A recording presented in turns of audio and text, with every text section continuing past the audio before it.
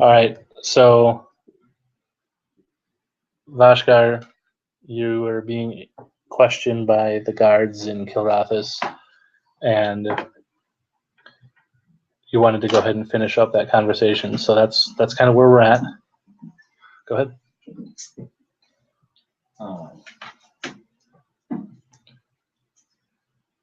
You've accused me of many things on this day. You made mention of your previous worship, or the one that you may still worship, the one that my friend has apparently taken from you.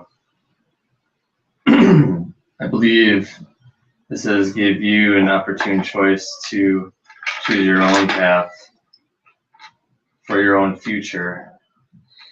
If you would like to join me,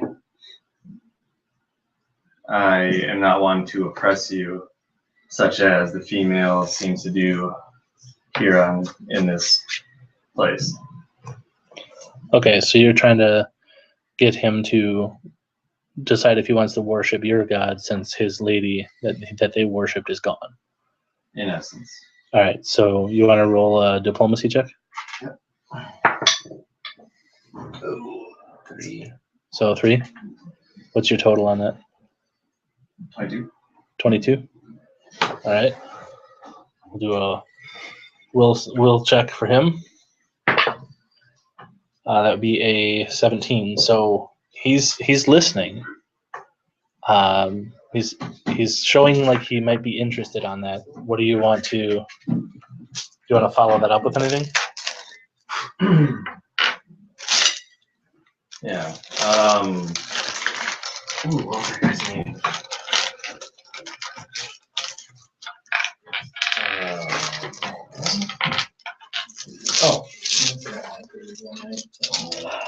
There are more like you who follow me.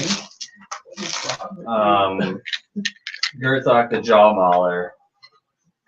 Gerthok? He gave, I don't even know, I don't know if I even did anything with that thing that I'm wearing still. Mm-hmm. It would be on you. Okay. I say he gave me this while he went off to battle, as I aided him in his battle against the ferocious tigers that roam your lands, while the ladies of your kind, I could only assume, cackling and laughing at your utter destruction on the battlefield.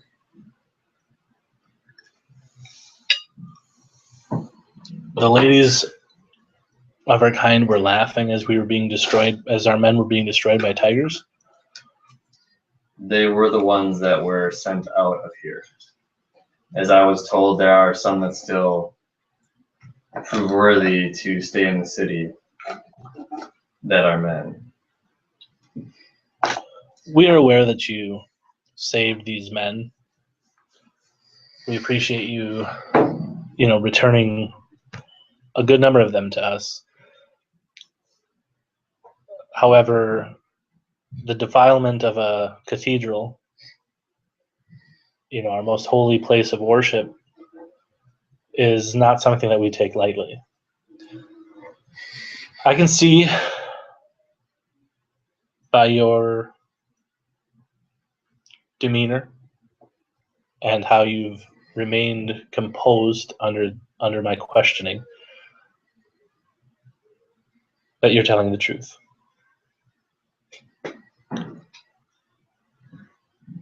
I would like to think that everything you said is true.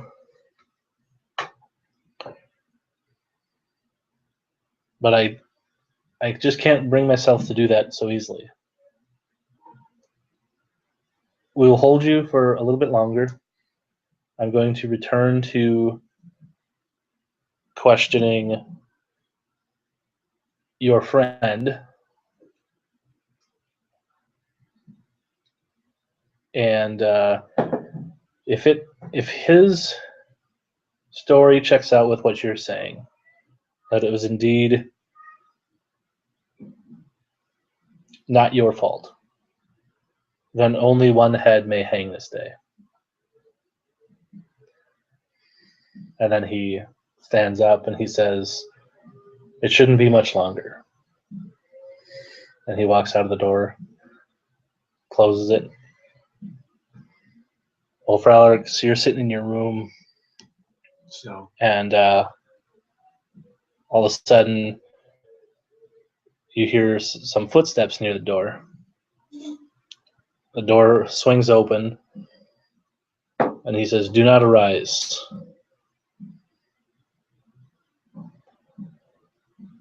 You are accused of a heinous crime, one that is punishable only in two ways: trial by combat or execution.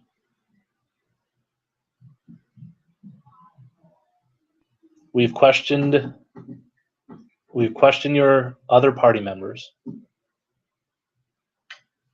quite thoroughly.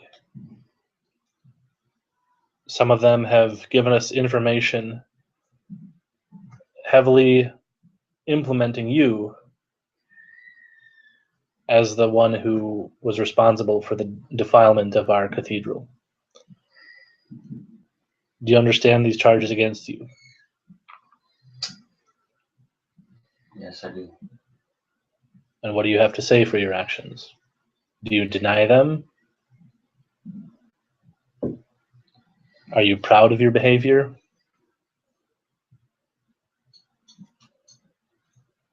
I admit to doing it solely by myself.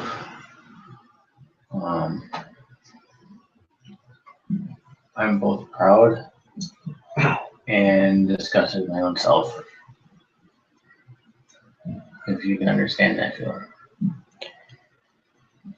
I'll be really honest. It's all I can do to not dispense justice here and now. I can respect a man who's willing to admit his misdeeds, and it sounds like you may show remorse. However, there is no excuse for defiling a cathedral. Regardless of your beliefs, this is a crime most heinous indeed. And I wish there was something else, because I believe that you are truly remorseful. For lack of any other options, I need you to choose your fate. You will either hang, or you will face trial by combat. Which do you choose? Trial by combat. Then you have 24 hours to prepare yourself. The rules are simple. No magics, because we know that it exists. We despise it, and we have ways to protect against it. I will tell you now, I know no magic. Yes, well, there are those in your party that you may confer with this evening that may try to assist you. If we detect any tampering with the trial by combat, not only will you hang, your friends next will swing too. I wish you well, and should this be your last meal this evening, do you have any special requests?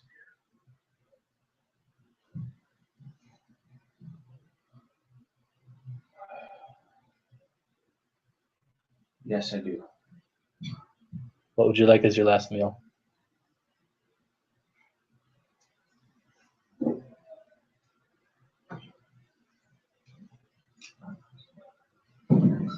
You may think on it. We don't need an answer now. Is there any next of kin you wish us to send word to via messenger pigeon or carrier? No. There's only one person that I have feelings for, and that is in my party. Then I suggest you tell that person that tonight may be your last night alive. And he walks out of the room.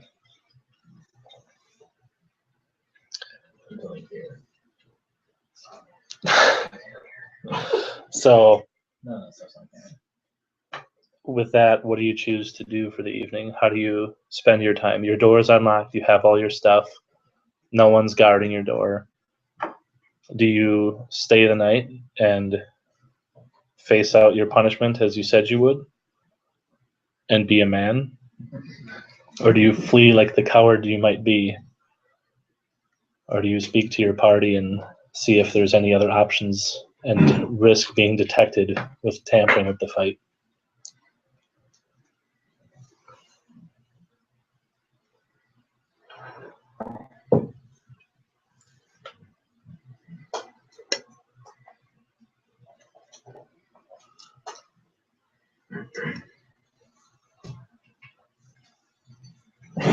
I'm gonna speak to one person. Okay, so the party. you leave your room. I'm gonna leave the room. And who are you looking for? Vashkar. You're looking for Vashkar? Thank you. All right. So you ask around. Takes you a couple minutes. Eventually, someone's like, "Oh yeah, Vashkar's still in his room. He was just being questioned, and the head inquisitor is currently conferring with the other inquisitors and comparing notes on what you guys have said. But you're welcome to talk to him. Am I able to go into his room? Absolutely. And he'll actually offer to escort you there if you'd like. I would much appreciate it. So they take you there.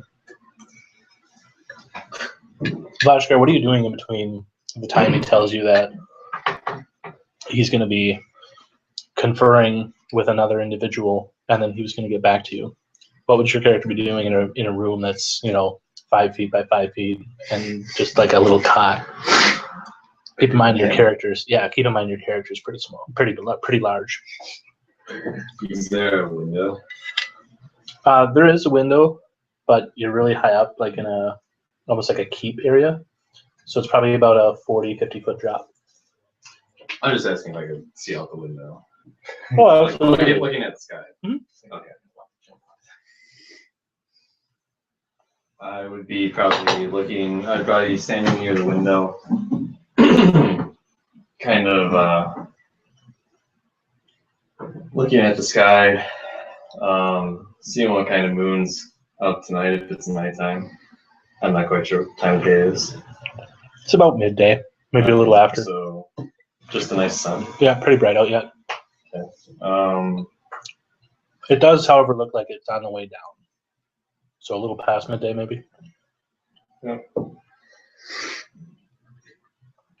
You can see Tyno rising in the distance. Yeah, I'd probably just be kind of muttering to myself a little bit about certain events that might take place.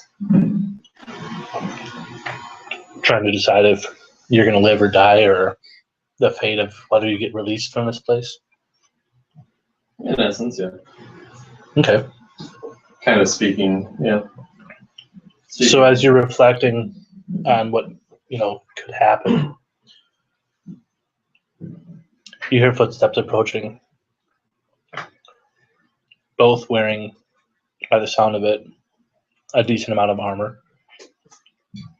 And you hear one of them say to the other, "Wait here." And you hear jiggling at your door, and your door opens. Currently, glancing out the window.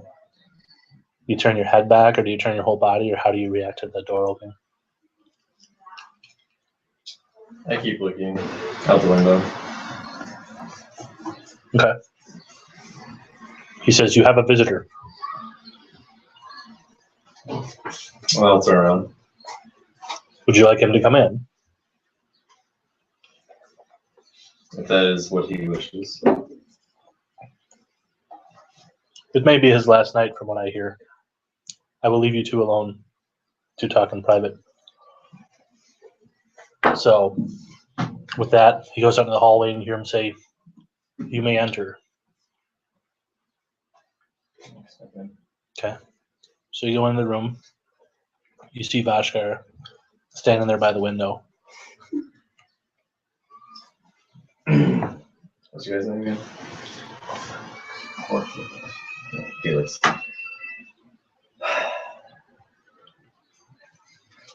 Hello, Felix. And I'm Ned. Do you have something that troubles your mind? Well, I would like to say that this may be the last time you see me. Have you learned nothing, Felix? I've learned a great deal, but I've also learned a lot of other things as well besides combat. You think of yourself as the type to talk your way out of things?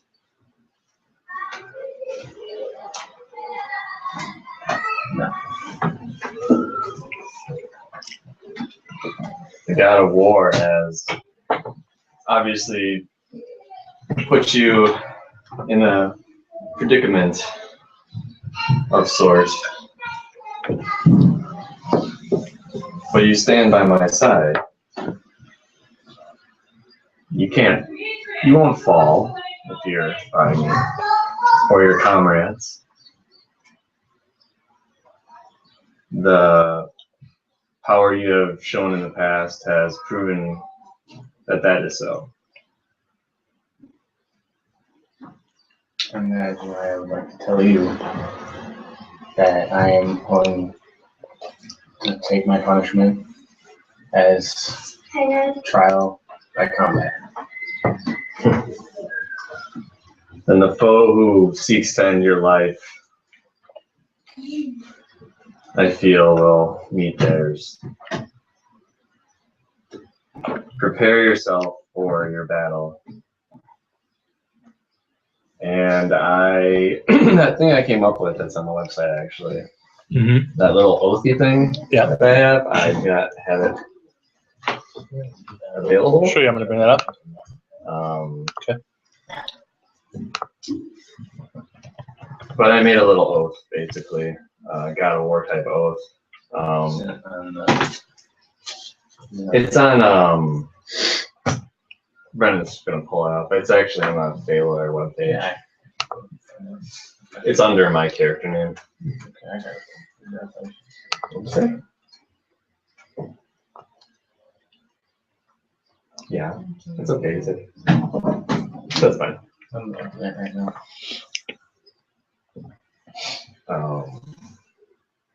But basically, oh, jeez Louise. That's right, I said jeez Louise.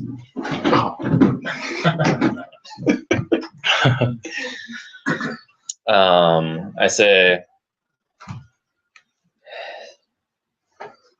stand by my side, and the fire within shall never extinguish. I say, repeat as what I state before you, and you just say it as I said, basically. No, it's cool. Unless you remember what he said.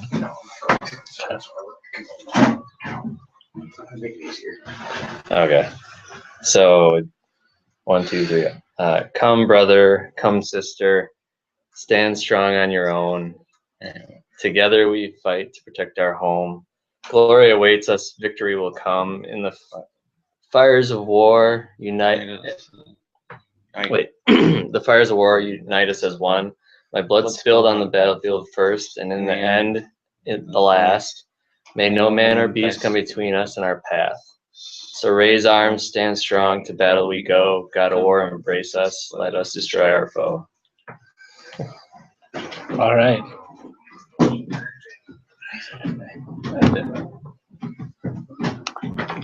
So you guys recite that chant to your god. Is there something that you're hoping for here, or?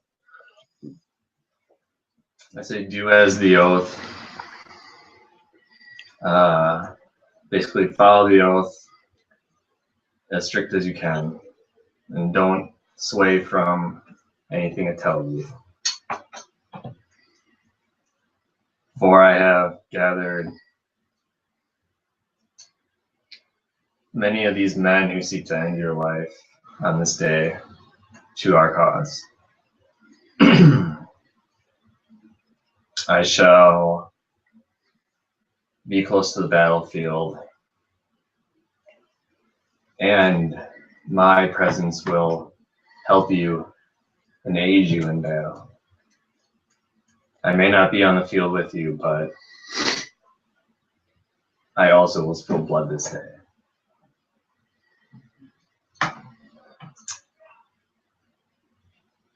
So if that is all you required to gain the confidence in your decision, then go prepare yourself. Seek comfort in your weapons and have confidence that they will see you to the. I say thank you, brother. And I shake your hand. Or I reach my hand out. Okay. All right. Say, guard, he is all done. So the guard's not like within earshot exactly, but if you open the door and you kind of say that, Sure. he asks you, is there anyone else that you wish to visit?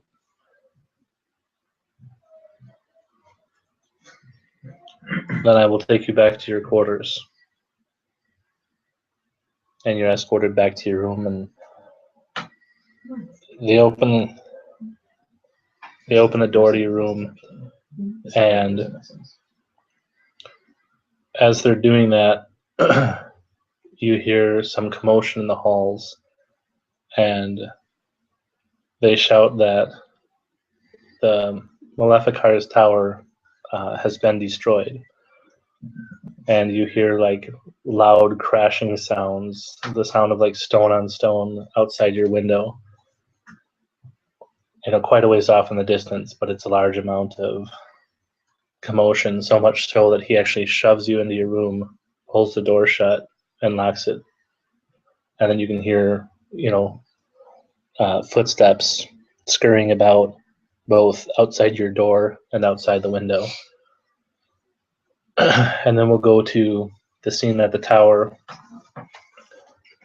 where Wrightson and Nalam and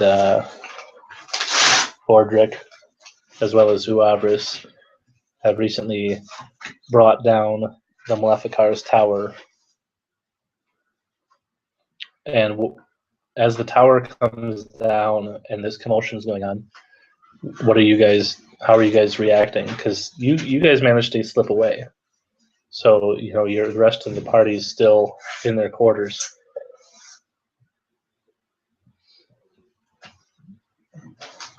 As the tower falls, I'm standing behind it. Okay. With my cohort Viper, and I look for you because I know you're small, just to see if you're around. I know that Nalam was attempting to jump from the building. I don't move away from it though. I just kind of stand there with a smile on my face. Okay. So almost like the orc captain in the Lord of the Rings battle where the catapult from the White City fires at him and he just like spits on it. Just standing there admiring my work. Nice. Crack my knuckles maybe once. Yeah. Like that. Yeah. So the tower comes down and everyone gets out of the way safely. Sort of. Yeah, well, some people did. Yeah, some people got a little injured. This scene played out a little bit last week, so we're returning to it. Do you guys then just leave the city with the Maleficar in tow? Do you run back to the keep, like acting nonchalant, or because remember, your cohort, she just came to you and she said, Nalam, we should leave the city this night. And she says there's strange happenings at work. Is what she tells you. I don't know. I say, I look at you and I say, would it be beneficial for us to approach the dragon? I don't know if it would, because I don't know how the state between the Maleficari and the dragon. I don't know if the dragon likes the Maleficari or if the dragon would actually thank us for killing the Mlefkari?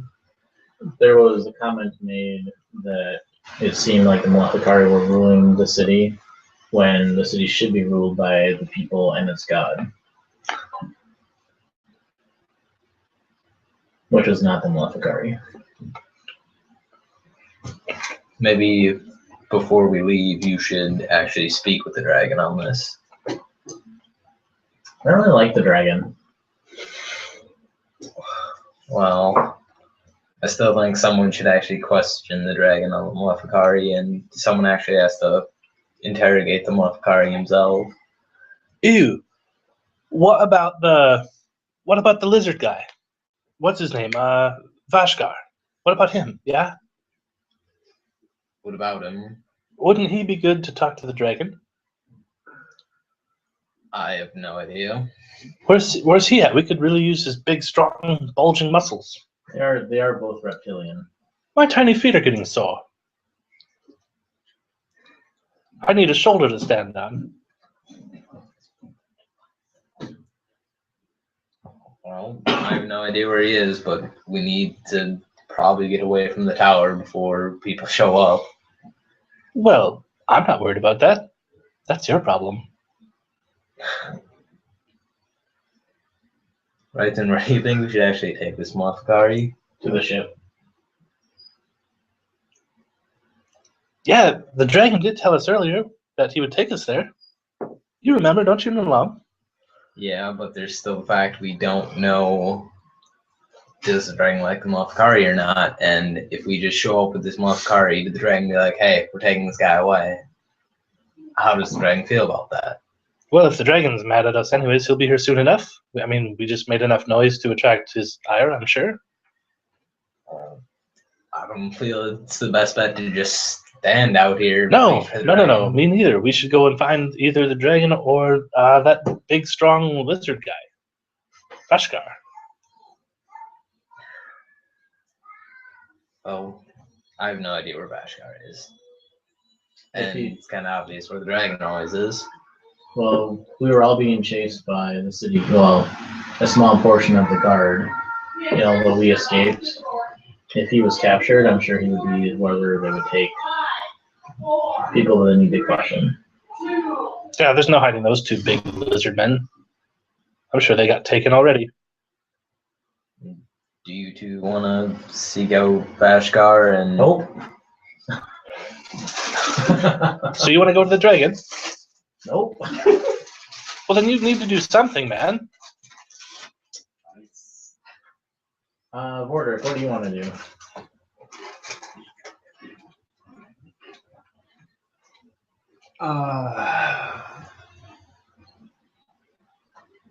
I don't really have a preference as of right now. If I had to choose between the two, I would not go to the prison area. I would rather seek out the dragon if I needed to, if nobody else is willing to go. I'm not afraid of the dragon. It sounds like you are. I'm not afraid of the dragon. I'm afraid of getting into a fight with the dragon. Well, I mean, there's that, yeah. From what I know, and from what I've seen, he's probably capable of killing you before you're able to do anything to him. Yeah. No, it depends on the dragon. I don't think I'd really want to have him be angry, but you did kind of steal his thunder during the warship the other day. Yeah, he still let me go. I think it more in front of everyone. He didn't want to address the issue, maybe. There's no issue to address other than he killed my spider. It's just a stupid spider. Do you know how many spiders I've killed? Spiders are very intelligent. You drow in your spiders. All right. Well, then I will go and seek out Vashkar, because my feet are killing me, and I really don't feel like wasting any of my abilities on moving. So, if any of you would like to come with me, preferably someone with decent muscles, I would greatly appreciate it because I could use the relief from my little feetsies. I'm going to the dragon, apparently. I'm gonna go with Rights into the dragon. All right, Vordrick, that leaves you and I. No. What? No, what? I never said I was going with you. Are you going to the dragon?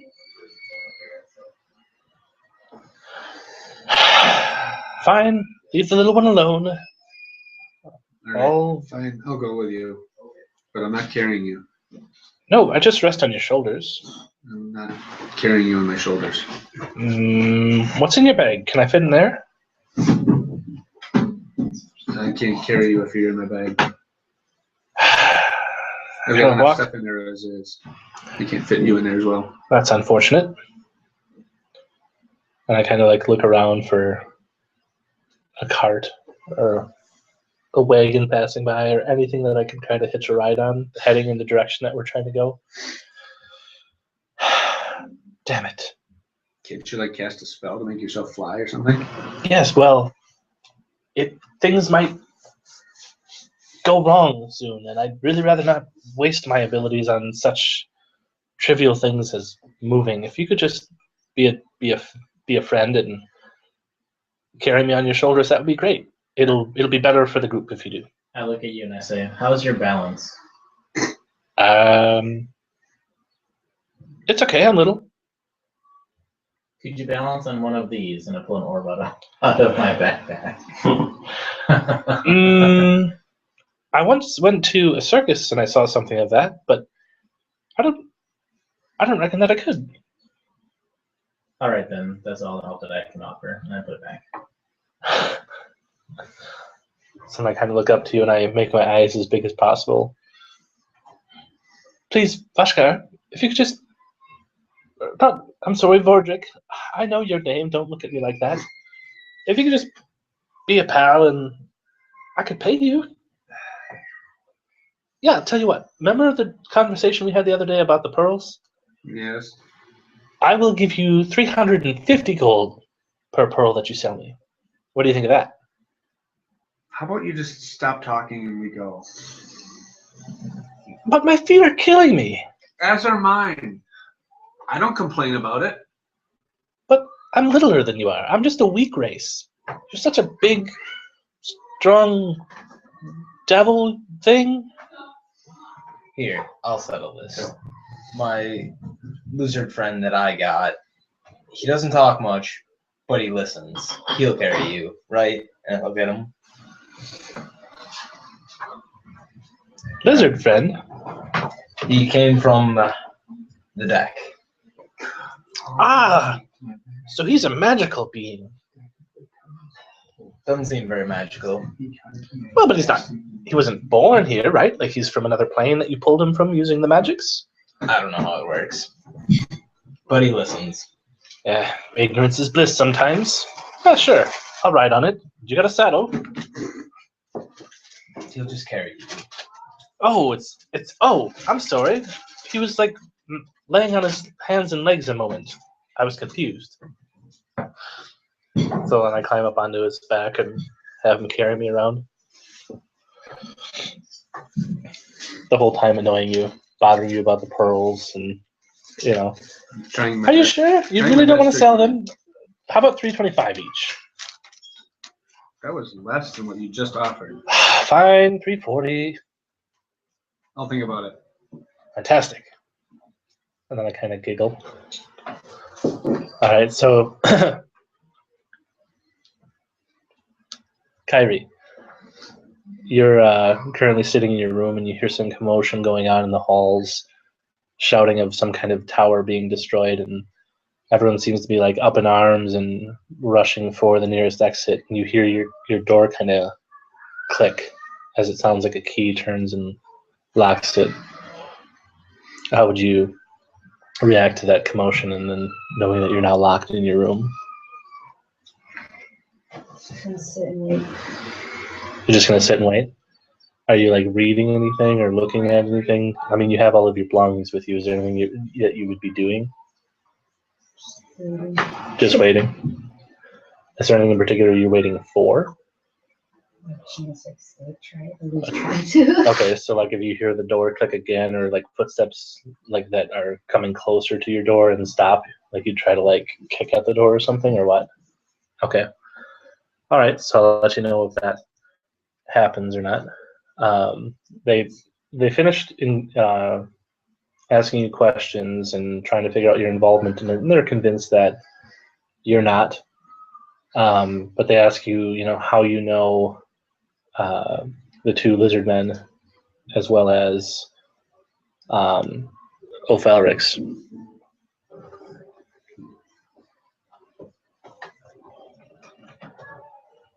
What do you say? I've been on many journeys with Ophalrix. We've been to tough times together. And I know you can be an ass. Just like always.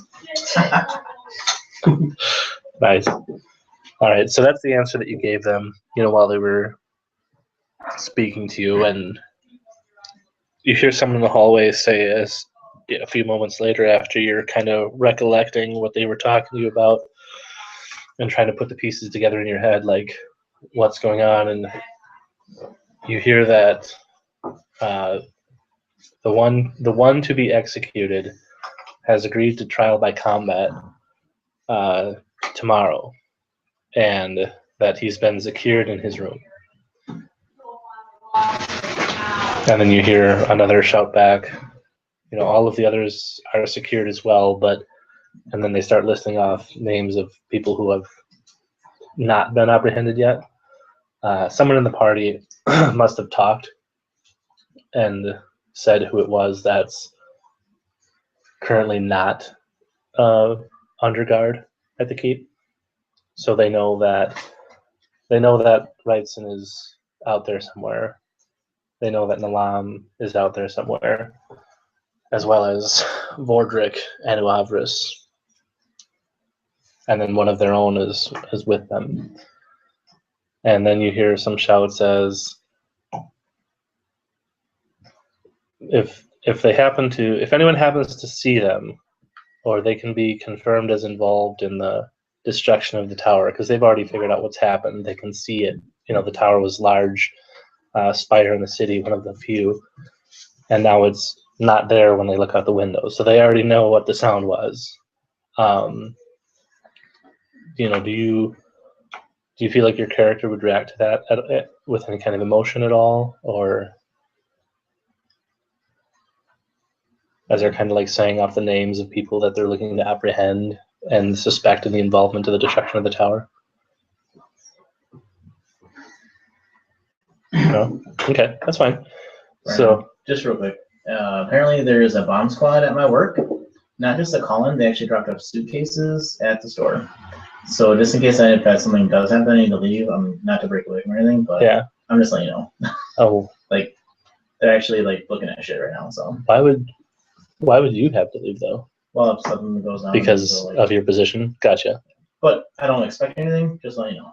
Well, that's kind of intense. So that's why I've been on my phone, because yeah. Wow. But, all right. So I don't bring it up, but I figured I'd let you know. Yeah, no, that's fine. I appreciate that. I was kind of wondering because you're one that's not normally on your device. So thank you. Back with Vashkar in your room, you also hear commotion and footsteps and people shouting, and then you hear the others are secured, sir, and then you hear your door kind of jingle again. I will go up to if there's I don't know if there's a actual door hole like some have. Mm-hmm. It's not like a prison cell. It's just a regular door for privacy, like a wooden door with iron banded straps. I would walk up to the door and say, I would scream my cohort's name. I don't know where he is. I'm assuming he's located probably close to me. Okay. I would say pretty loudly, Gaul, do you hear it? It is calling us. the fires of war are burning again. I say, come to me. We must help them and aid them in their defense. Do what you must. All right, so he replies. Okay. He replies back, "I hear you, brother," and he kind of like starts pounding on his door. Oh, if he has his hammer, he's gonna hammer the door. Yeah, that's what you hear. Like you hear loud, pounding on the door, and soon enough you hear like a kind of a cracking sound as the door gives way under his mighty blows. What are you doing while you're hearing him pounding on his door? And your door kind of jiggles and you gave that speech. Now it's slowly opening, and it actually stops for a second as someone beyond the door hears you speaking. Okay, so I'm guessing I'd be somewhat aware that the person is still outside the door. Mm-hmm. I say, do not be afraid. You stand by my side in this battle or defense of your homeland. You can let me out, or my friend will. He is also on our side. So that sounds like you're trying to intimidate him, basically. Why don't you give me a intimidation check? Oh, nat 20. It was Nice. nat 20. No, I see it on the cam. All right, so with that, I need to roll his save. And he does not have enough courage at this point to resist you. So he says that he will not try to stop you because he values his life, but he also cannot aid you because they need to have the alliance with their sisters if they are to survive, and have if Kilrathis is to remain standing, they'll need to stand together. Unfortunately, the numbers that they have scouts out, and they know that the Crimson Spear has landed in the ruins of Galetta, and are threatening to march this way. So they're not afraid of it, but they know that the sheer numbers of the Crimson Spear, if they head this direction, none of the other armies that they've recently made peace with are likely to get there in time, in defense of Kilrathis. I say then it's a good thing I brought back many to aid you in this defense. All of, or can't remember the percentage, but Kurthuk, the Jaw Mauler, has allowed me to bring these men back here. Most of the men that you might see before you. Do you have proof that it was Kurthuk? I show him the tooth. So you kind of like pull it out from under your overgarments, and you show him the wreath of teeth that's around your neck. I say, if he has not fallen, which I feel that he might have not fallen in the battle he sought, you might be able to see him on the glorious battlefield and aid him in his cause like you once did before. Okay. So you hear some people coming down the hallway, running really fast, wearing some like linked mail or chain mail kind of thing, is what you're presuming, because you know that they don't wear heavy armor here in Kilrathis. And they say, we can confirm that there were at least 4 at the tower. One of our scouts, reported back that there was a lizard, and there was some type of shorter creature, possibly a Maleficari, as well as some kind of devil or demon-looking guy, and a really tall, bald man with 2 great swords. And he says that the guy who was talking to you says, well, that sounds like the people we're looking for. Order the scouts to move in. And he kind of looks at you and he says, well, it seems your friends have decided to take yet another wrong course of action while in the confines of Kilrathos. I know here and now that you have nothing to do with it because you've been under my care. You will join me, and maybe your friends will live this night. And he kind of looks towards your cohort, Gal, yeah, who's been standing in the hallway after breaking the door down, looking towards you with his weapon in hand, and he kind of like shrugs at you, like, "Are we going with or?"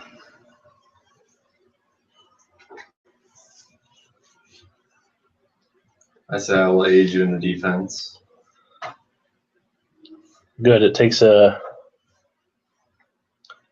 a wise person to know when it's indeed right to aid in the capture of their friends.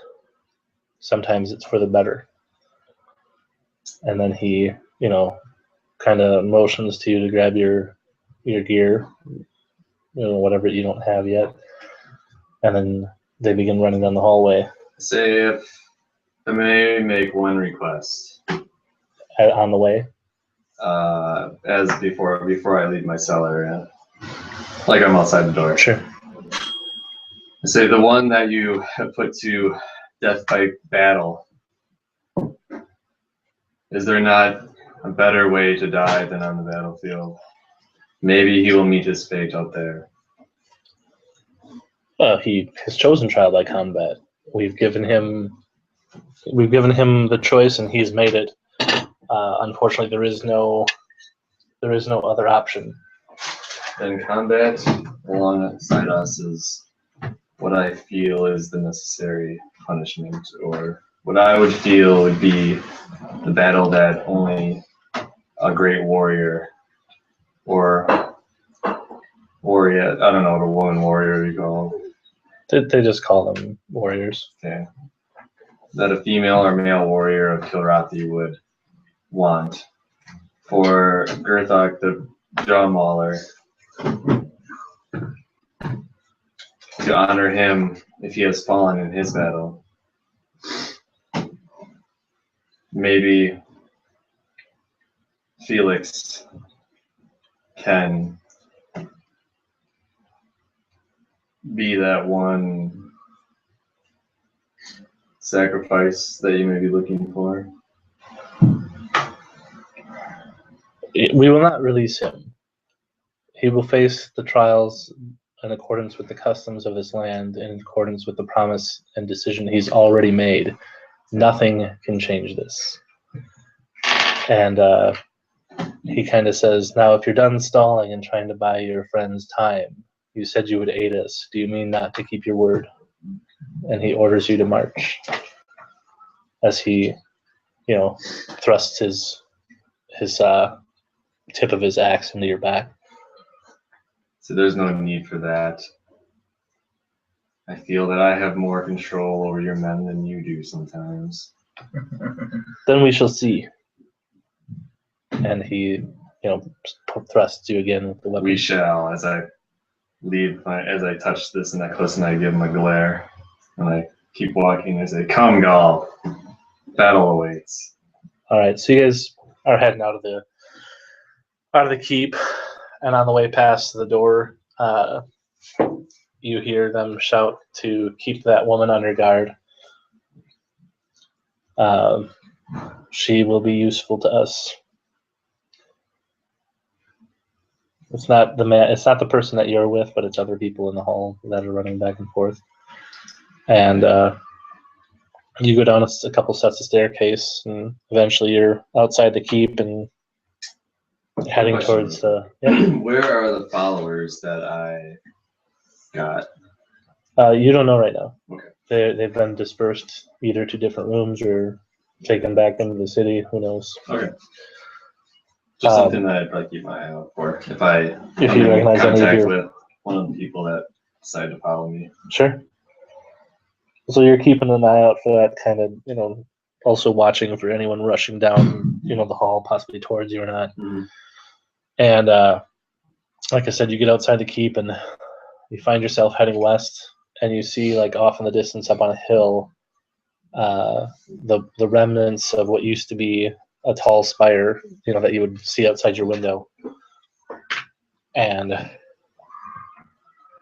on the ground, probably 400 or 500 yards away, across the courtyard, you can see the remains of a fallen tower that used to be connected to the ruins above. Apparently, they rolled down the hill and broke apart, and this is where they lie. You see bodies strewn about as you get closer, and one of the bodies starts to move, and he says, "Vengeance will be ours." And you see him pull something from his side, and before you're able to do anything about it, he thrusts it into his chest, and he says, "I'm ready, Mother." And his body just kind of starts to, like, shake, almost like he's having some kind of a electroshock therapy or something. And his skin begins to bulge, and his body just, like, explodes, and blood goes everywhere. And I need you to roll a reflex save, because obviously you see this happening. I don't know, +1 reflex. Well, for Dex, I mean. It's crazy. That's 4 pixels. Ooh, nice. All right, so what's your total? 21. 21? Okay. Yeah. All right. So with that roll, you only take 3 damage. Okay. It's just so much blood going everywhere, and they're like little shards of blood. If you think of like a crystal being smashed, and they're just shooting in a bunch of different directions. So is the man who questioned me, is he like a commander? His title that you've heard others call him is the lead inquisitor or the head inquisitor, depending on who it was that was addressing him, male or female. So it seems the magics are at use. Yes, well, we should be fine as long as there aren't other bodies around. And he kind of like you see him darting his head back and forth, looking amongst the bodies strewn to see if any of the blood hit any of the other dead bodies. Okay. And as it turns out, you see some bodies that were just laying there motionless, now with some of the shards of his body thrust into them, and they kind of like do almost like a wave. Like there's a couple bodies in a row, and like one of them twitches, and the next one twitches, and the next one twitches, and then it kind of like waves back the other direction, and then the body's just kind of like, if you picture like inflating one of those like car sales banners, they kind of like just go whoop, and they rise up, and they kind of like start rocking about, and their eyes roll back, and instead of the normal whites of the eyes that you would see, with the eye rolling back in the head, their eyes are blood red, and you hear a voice speak to you, and it says, "You have trifled with the wrong people.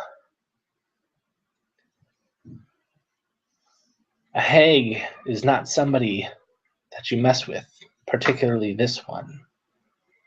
You and your group come here and disturb the things I've had in place for millennia. And you think me destroyed.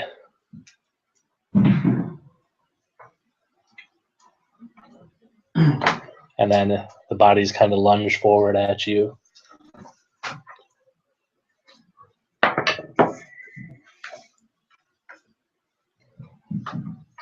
It's 26 clear? No? Okay. So it kind of like slams its limbs into you. And it's strange because like normally, like when arms just kind of like slap against you, you'd have like more of this thud, but it's almost kind of like more of this like kind of sound as like the limbs hit you, and like little amounts of blood come out of the pores of the skin as the attack just kind of like, I don't know, like if you were to take a rag and just slap it against something. So like you have like these parallel diagonal lines where the arms hit you of blood, like just across your coverings of your armor. And then another one kind of like tries to rush in and go for your legs. And he misses. He kind of takes a lunging dive, and I don't know if you sidestep or whatever, but he doesn't connect at all, and blood like kind of just pushes out of the body as he slaps into the ground. Again like a wet rag slapping into the surface. And then the other two that have arose attack the other guy that's with you, the lead inquisitor, just smashing into his shoulder piece. It's kind of got like a what is that called when you just have a single pauldron across like a strap of leather. And another one slams into the gauntlet, and he kind of kicks it away. And as he kicks it, it actually like leaves the whole face where he kicks it, as it's like leaning in to smash out at the bottom of his leg. It indents, and if you push on like a waterbed, and until you let go, like it retains that shape. So after he's kicked it, it's actually like his boot imprint is still in the face of the creature that you're fighting. And he kind of looks at you and he says, "This I did not expect. They've never used their powers against us before. They said they never would when they came here. They've been. It appears that our alliance is broken, and I blame you and your friends." So he's going to help you. He kind of like acknowledges that. He's not going to let it just be him versus the four of them and you. He kind of says, a temporary alliance then. Will you help me fight against these creatures? Is there any other people with us? No, it's just the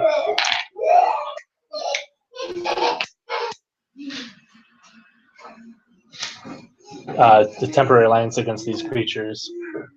And as they begin going into combat, he kind of reminds you that they're flesh and blood just like we are, and they don't appear to have much of a hardness to them. It should be quite easy to take them if you use a blunt weapon, is what he implies. Well, he specifically says a blunt weapon, but yeah, I mean, your character might assume that he means a bludgeoning weapon. Okay. So he pulls out this smaller hammer that he carries at his waist, and he goes up to one of the creatures, and he strikes it across the side of its face, and the head just like explodes under the force of his blow. And again, little crystal shards come out of him and strike him. And he kind of looks back to you and he says, "Be careful when you're hitting them. They have some kind of retaliation, like a retaliatory strike." What do you do?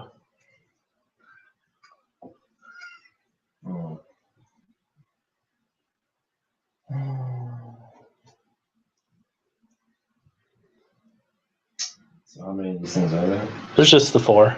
There's 4 of them. Yep, and the one that he took the head off kind of like falls to the ground. There's just 3 left then? There. I mean, you're not certain that it's dead, but it doesn't appear to be like hitting him anymore or trying to strike at him. Well, because it was dead, and then it was dead moving dead, and now it's dead not moving dead. Right. I don't know exactly how the math works out. But. Thank you, Mr. Necromancy expert. Hey, I do my research. Do you have a weapon on you that you can strike it with safely, that you think? Well, I don't have a bludgeoning weapon, but my core does. So you just try to punch it or kick it or something?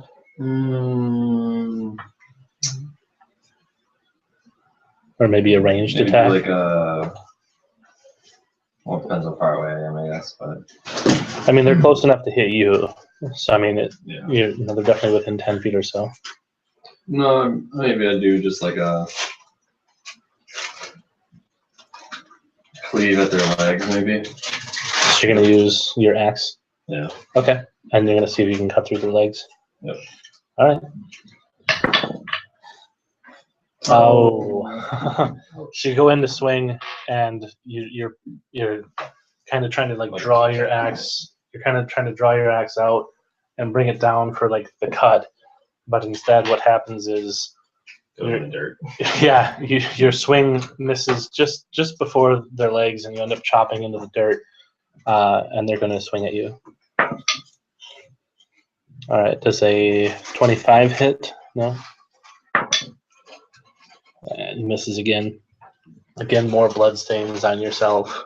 The other two swing at the Inquisitor. Ooh, that's a hit. And that is a miss. When does he go? That's an Inquisitor, I'm guessing. All right, so you, Gaul is up. What is Gaul doing? Gaul's going to take his great hammer, not use the mithril great axe, or maybe what he'll do actually he'll swing the great hammer at like the body, and then he'll take a second swing at with the mithril great axe. Oh, he gets 4 attacks. So the great hammer first, so like the torso probably. Okay. Hold on a second, sorry. I have a thing for this. Yeah, 27. Okay, that hits. Oh wait, I'll retake what I said. Just using the great hammer. So he'll get 2 attacks with his great hammer. Right, that's fine. Because I use that number, which is not my 2-weapon fighting. Gotcha. And that would be a. I think it's the same thing almost. Should be -6. No. No, -5 from what you had before. So she was only 1 less than what your other attack was. Well, that was the first one was 26, right? Right, so 25. This is 26. Okay. 26 and 26. You had 11 last time. Oh, so So you had 27, the first one. And then this is the 26 or something? 27, Okay. 26. 27, 26. Okay, well, either way, both are hits. Yeah. I'll go ahead and roll for damage. Okay.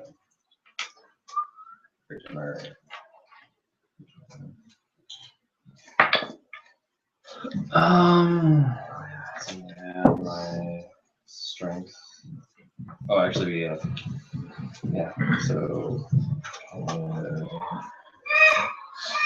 He gets 2 -8. So 11 damage on the first one. And Nice. Oh man. 11, so 11, so this one would be 20. 20? So 31 total. Okay. So the first blow, you can see just blood fly everywhere. And the second blow, he actually finishes almost like chopping into a tree. And in 2 strokes, he just cuts. Well, bludgeons through the creature, right? Just the blood. There's very little bone left at this point.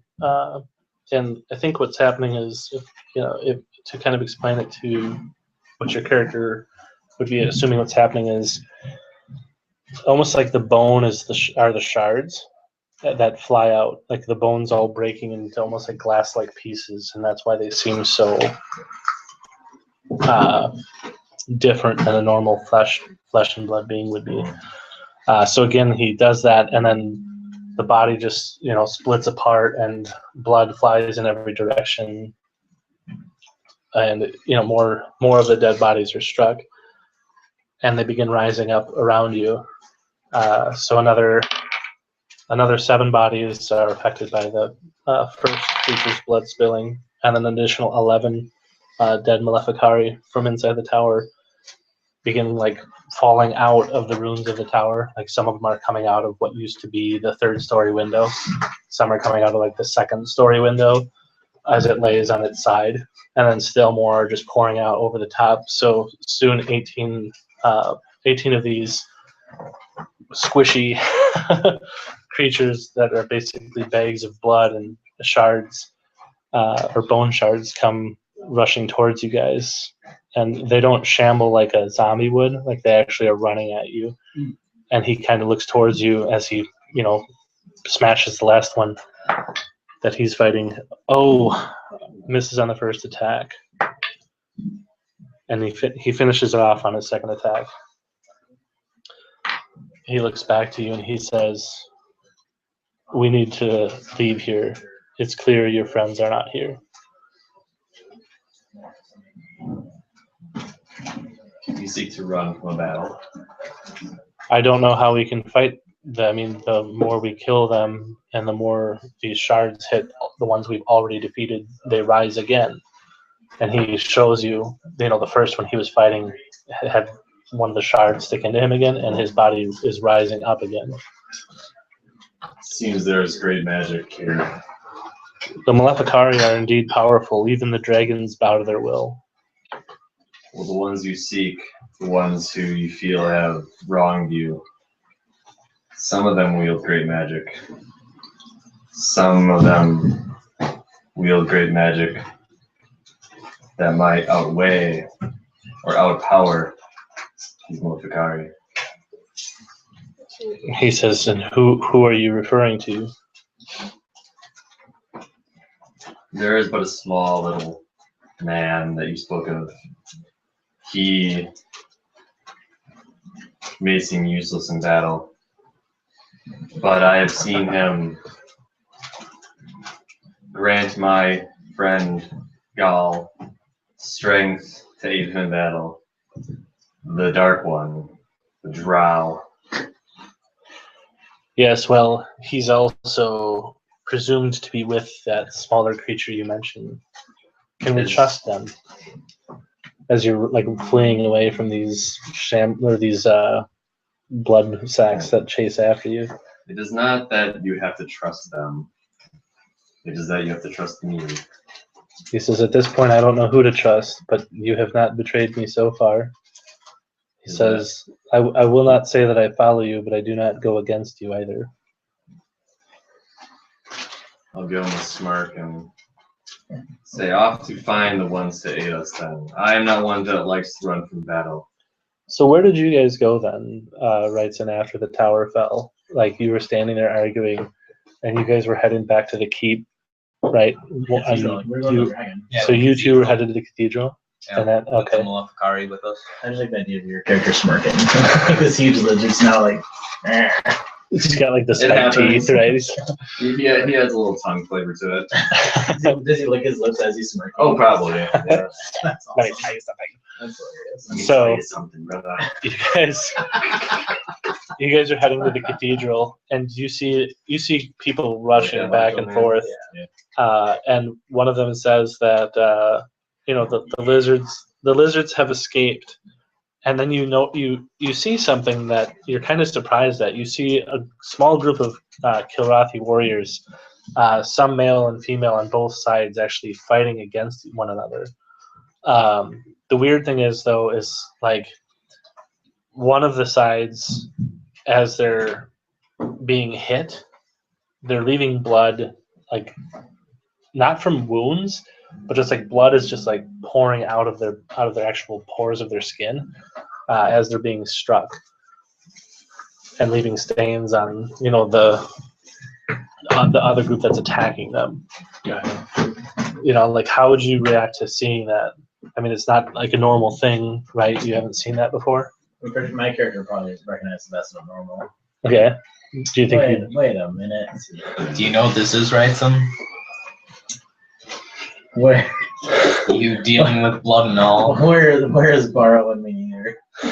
Splat. I do not know what it is, but I do have assumptions that it is unnatural. Do you think we should help or continue to the dragon, even if I have to ask? I say our mission is to contact the dragon. Other members of the party were sent to help the lizard. That's what I thought. So you hear this strange kind of cackling sound as the group that's being struck and their blood is squirting out of their pores kind of looks towards you, and 3 of them disengage from the others that are fighting, and the remaining ones are quickly brought down by the Kilrathi, but they're rushing towards you, and you hear them screaming. You hear screaming saying, "Do not let them get to the dragon!" And it sounds like this old female hag voice that you had heard once before. Do you recall where it was that you heard that? Yes. Did you actually speak to her? Oh, we killed her. I don't know if you actually spoke to her though. I know you killed her, but she spoke to me. I was a goat. So you heard her voice. Yeah. I actually talked to her and actually sat down with her and stuff. We would recognize her. Okay. So that's the voice that you're hearing as these things are running at you. Do you choose to stand and fight against them? Do you flee trying to get to the cathedral? I think we should just continue to the cathedral. Yeah, I say let us run. I'd rather not fight them to avoid any more, I don't say bad blood. bad blood that is in this relationship. Everybody is hating each other. But if they catch us, I have a few things that I can try to stall them. And if nothing else, I'll stay and fight them while you continue going, because you're better with words than I. And Iper's running with me as well. Okay. So this is still during the day, correct? It hasn't gone to. So at this point, a little bit of time has passed. Yeah. When I described before, when Vashkar was looking out his window, the Tyno, the moon, was rising. Because I know you'd asked him, like, what do you want for your supper? I just know how far ahead. Yeah, it's probably the equivalent of our 6 o'clock, 7 o'clock at night. So it's starting to get fairly dark out. It's still. You've got more than low light, but certainly not full light. It's a little bit more difficult to see if you're not acclimated. Specifically, our sun rays cast over the horizon. Yeah, so on certain parts, somebody needs to know. On certain parts of the horizon, Batu's rays still shine upon you. Okay. Yeah. Gotcha. And just so you know, my shield guardian's carrying that Malafkari. Okay. So he's basically got him like bound up and carrying him like a under the armpit kind of thing. All right, that's easy enough to do for him.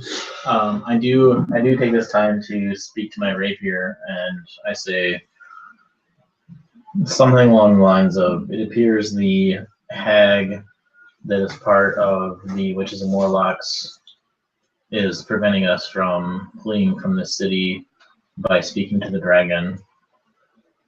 We dispatched one dragon. I do not like this other one.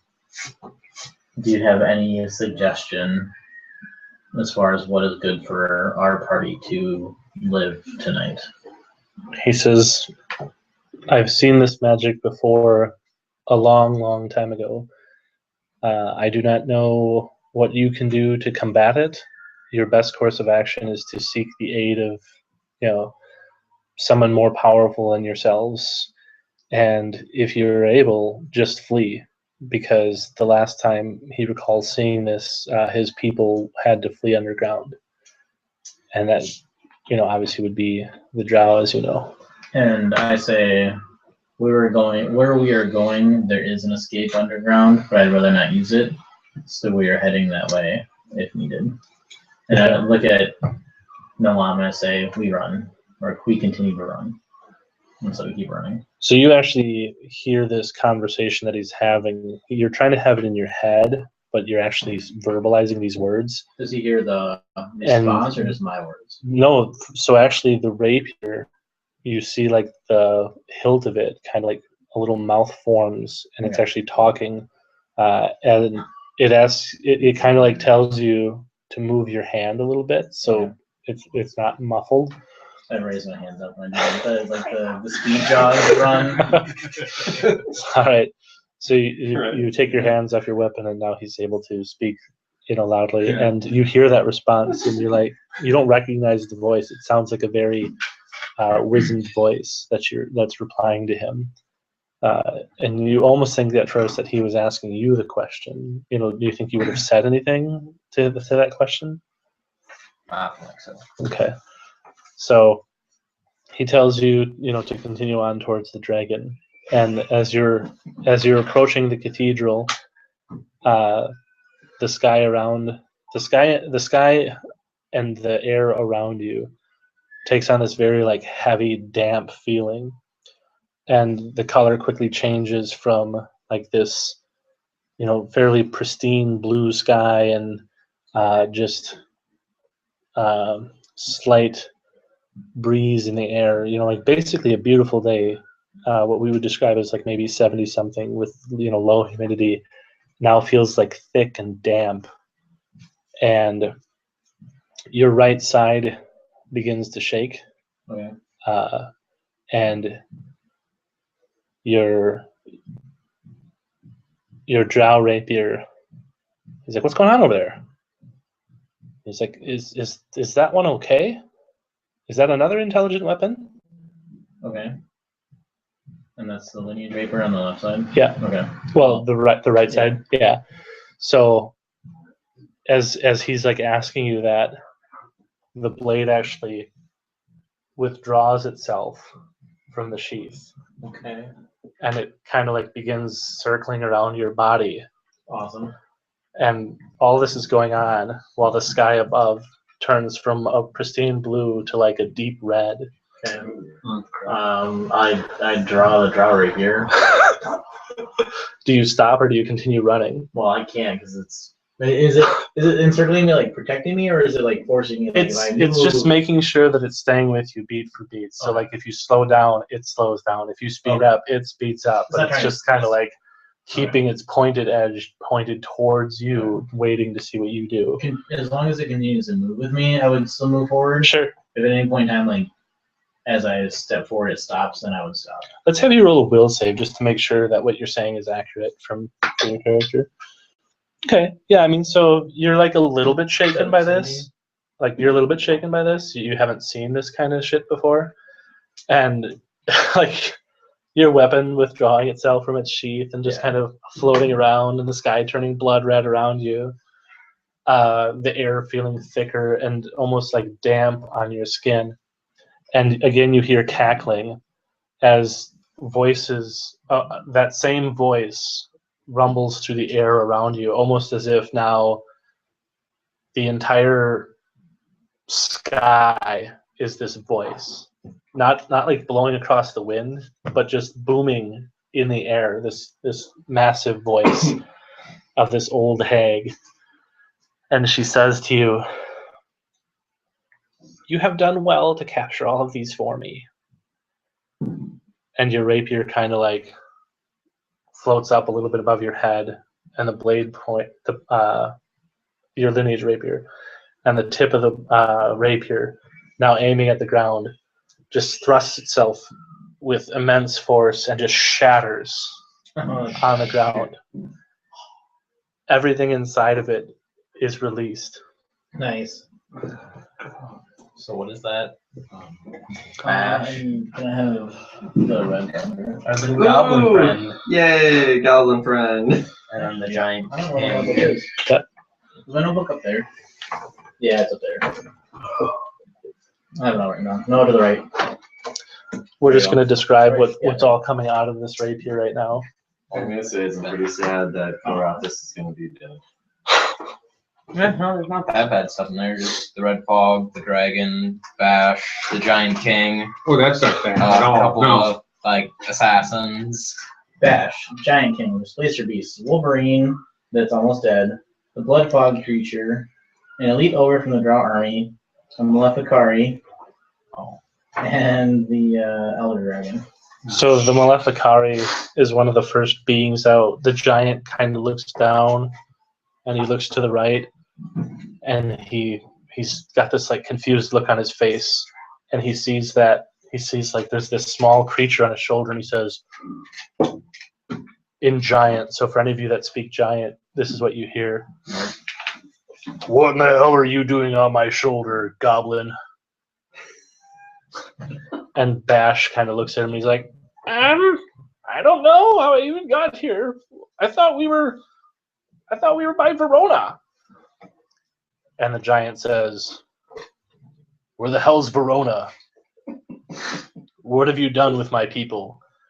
And he like looks around and he sees some like leftover remnants, like a pile of bricks and just large chunks of the stonework from when the cathedral fell.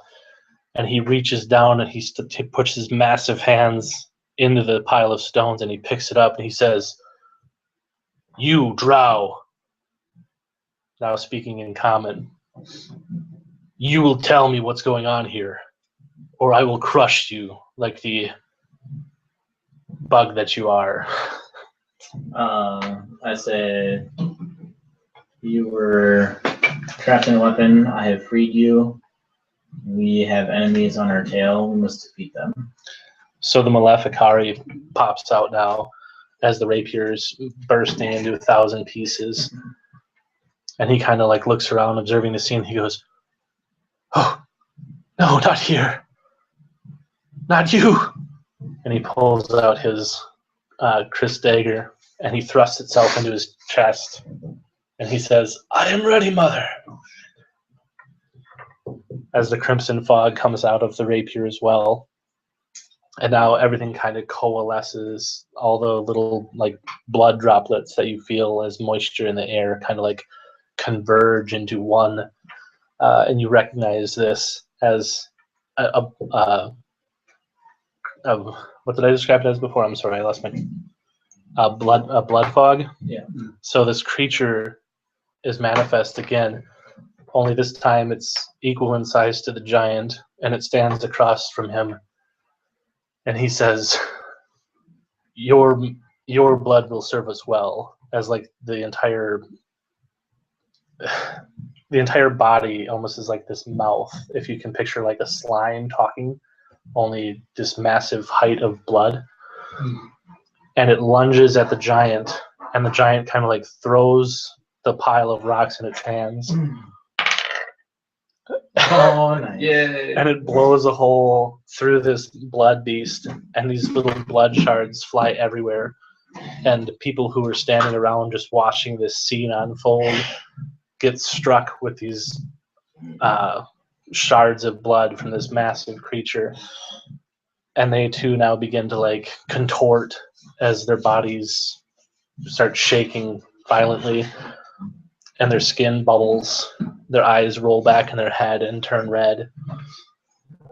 And they start rushing towards you, and you hear the voice repeat, do not let them get to the cathedral. And the giant says, go, drow. I should have been dead long ago. I continue to run.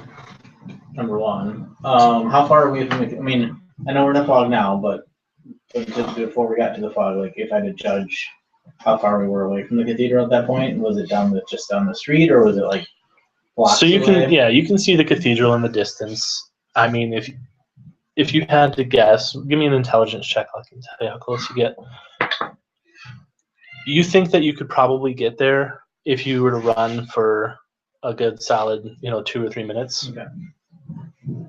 But you're also aware that whatever these things are move faster than you. Okay. So it's possible you'll have to fight some of them on your own before you get there. Okay. And the giant is previously engaged. So Bash looks down at you and he recognizes you as you're running past and he says, "Where's Masesha?"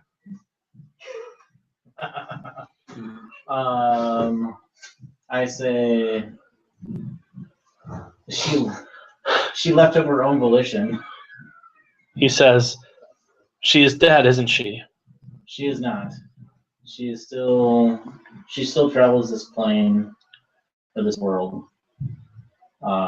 If you wish to see her again, you will fight with us and survive this night along with the giant.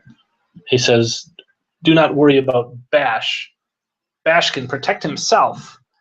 And he touches like his head, almost like a Professor X kind of moment.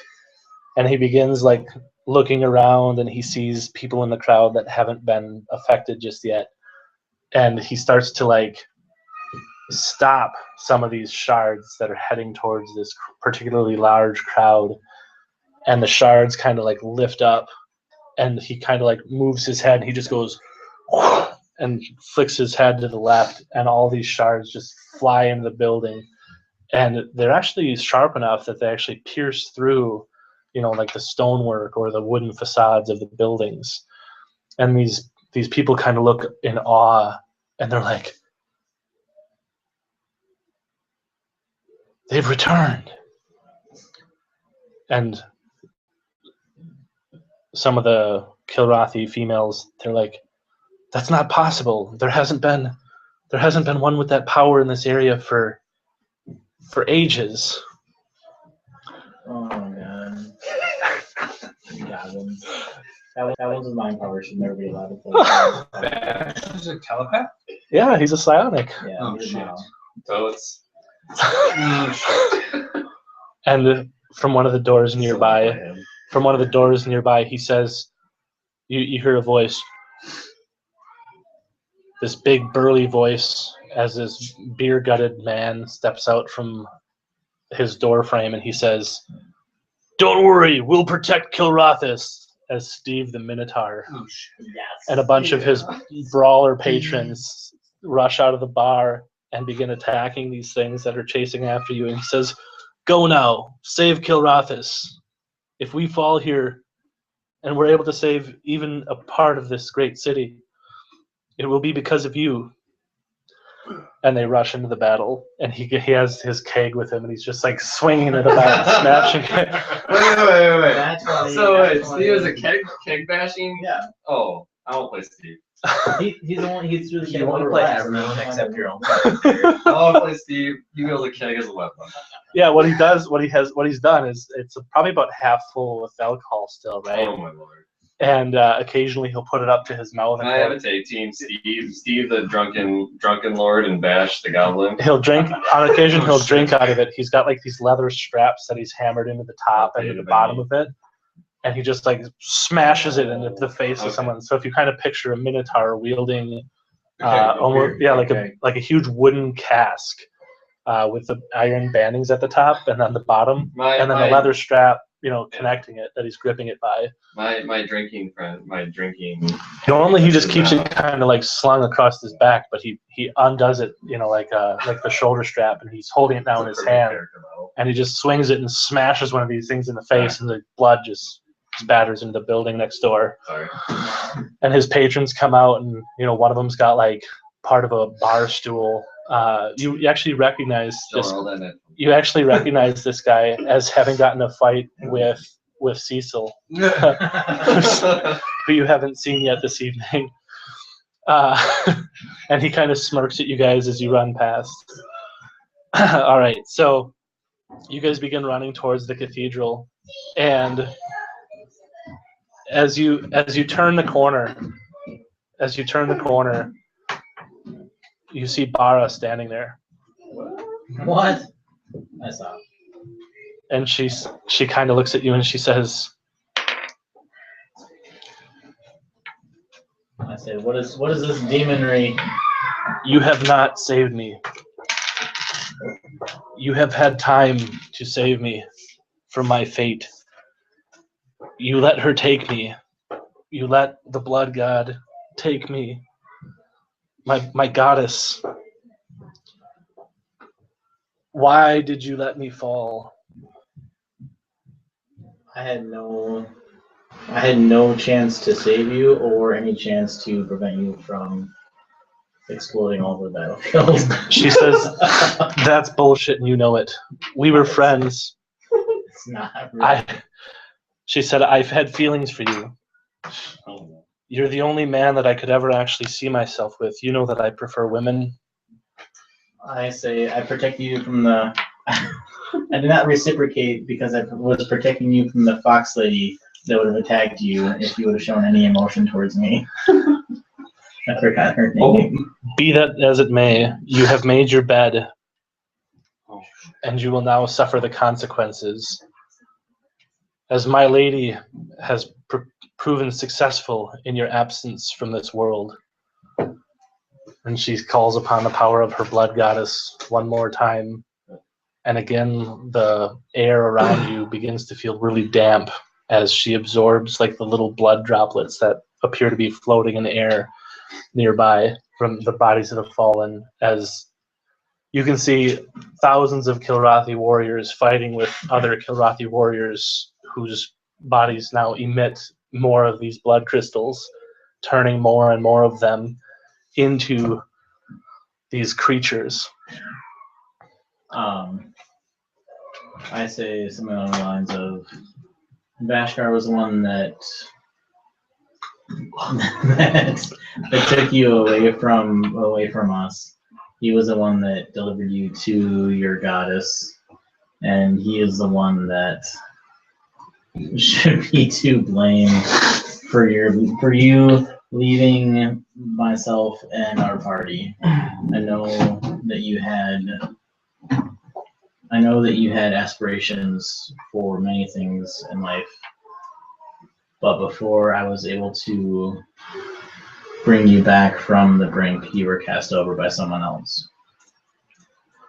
Yes, well, I gave myself to protect this city, and now my goddess demands that I destroy it. The new controller of all life. She has been victorious in her battle with death, and death is no more. Everyone who falls from now on will be turned into one of her minions, and the world shall soon know what it means to follow the blood goddess. And with that, she takes off her helmet one last time, and she kind of looks at you, and she casts off her robes, and now she's standing naked with her half-decayed, half-fleshed body in all of its glory, and it begins to turn red. Am I near any buildings? Yeah, there's tons of buildings nearby. So she's like taking off her clothes and like disrobing and stuff. I will move towards one of the building walls. Are they wooden? What are the buildings made of? Some of them are, yeah, some of them are stone. Some of them are wooden facade. You know, some of them are a combination of the two. Okay. And am I near a stone building? Near enough. I mean, you could probably get there in the time that she's doing all of this. So your intent is to use cover of the stone building? Yeah. Okay. Yes. So she tells you, I'm sorry. I wish it wasn't you that stood in my way between proving myself to my goddess. Know that I did love you. And with the profession of those words, from the shadows of a building nearby, as the rays of Batu now descend behind the hills and behind the walls of the city of Kilrathis, the full light of Tyno now shines in the sky, even though there's a bit of a red tint to the moon. She says, the being that jumps down, it's like this slender creature with like a pointed snout and a long bushy tail, actually multiple tails. It's a little bit too dark to recognize exactly what it is. And it walks out from the alleyway where you're kind of hiding, and it says to you, I thought you said you loved me. I never expressed any such feeling. You said you would be mine. Who is this woman, this harlot? She is one that has traveled with us. I told you I would watch over you, and I will do so. And then the silver fox turns into the beautiful woman that you recognize her as. Again, still with the tails. She's got the little kitsune ears and the nice silver tail going, and she looks at you and she kind of like blows you a kiss as she rushes in to attack the would-be Bara. And Bara kind of looks at you and she says, you had another woman all of this time? Only half the time. I don't say that. I say, Put hers on me. put a spell on me. I say, I don't know what the hell to say. I've never had one fight on me before. What happens when you got this? I say something along the lines of,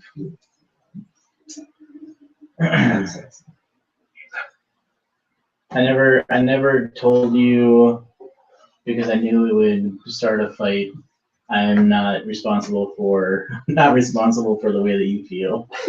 I apologize if this is not how you saw your emotions leading you. I never reciprocated anything because I knew this would hurt. And I must know one thing.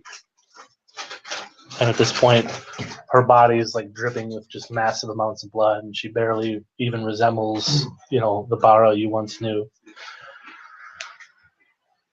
It begins kind of like rising in the air, and her hands are out to the side, and like her entire body just like drips like a melting candle would. Like, the entire body just dripping in blood. And she says, did you love me? I say, I loved what you stood for, and I loved what you did for myself and our party members. There was, I guess I just said that. Okay. So with that, she says, release, and she just explodes, and just huge amounts of blood shards just fly everywhere. And That's seeing why I that kept happen, running. well, did you keep running? Yeah, I didn't stop. I didn't care for Mara. I had to stop. I'll quicken stone shape the wall around me to like cover. Sure. It like wraps around me essentially. So you kind of like have this shield of stone, kind of. Okay. So the stones or the shards actually are a little bit more powerful than the regular ones. Yeah. So you have a couple that kind of pierce through Yeah. the actual stone wall. Let's have you roll maybe a reflex save or two and just see.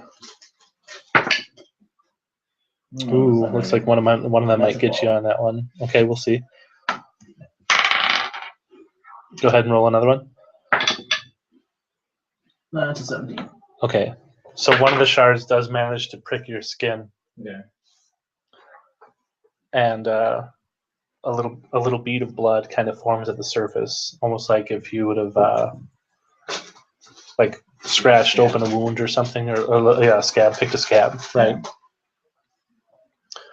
And you kind of feel like your arms start like kind of tingling and feeling a little bit warm. Okay. And your rapier says, thrust me into that arm quickly. Okay. So So I take it out and I have to hold it up here and just kind of jam it into your arm. All right. As soon as you do that, you see like this line of blood rise up onto the like side of the rapier, and it actually permanently like tints the metal, going forward as it draws out, the poison or whatever it is from the shard that impaled you. And now it kind of has like this little darker section, and he tells you that that took a great deal of my strength, and it will affect my abilities, but I trust you more than anyone else around here right now. Otherwise, I would have let you die. I appreciate that. Now let's go. So you kind of like remove the wall, Yeah. and you begin running again towards the cathedral. Yeah. At this point in Lam, as you're getting towards the cathedral, the doors actually are already broken down.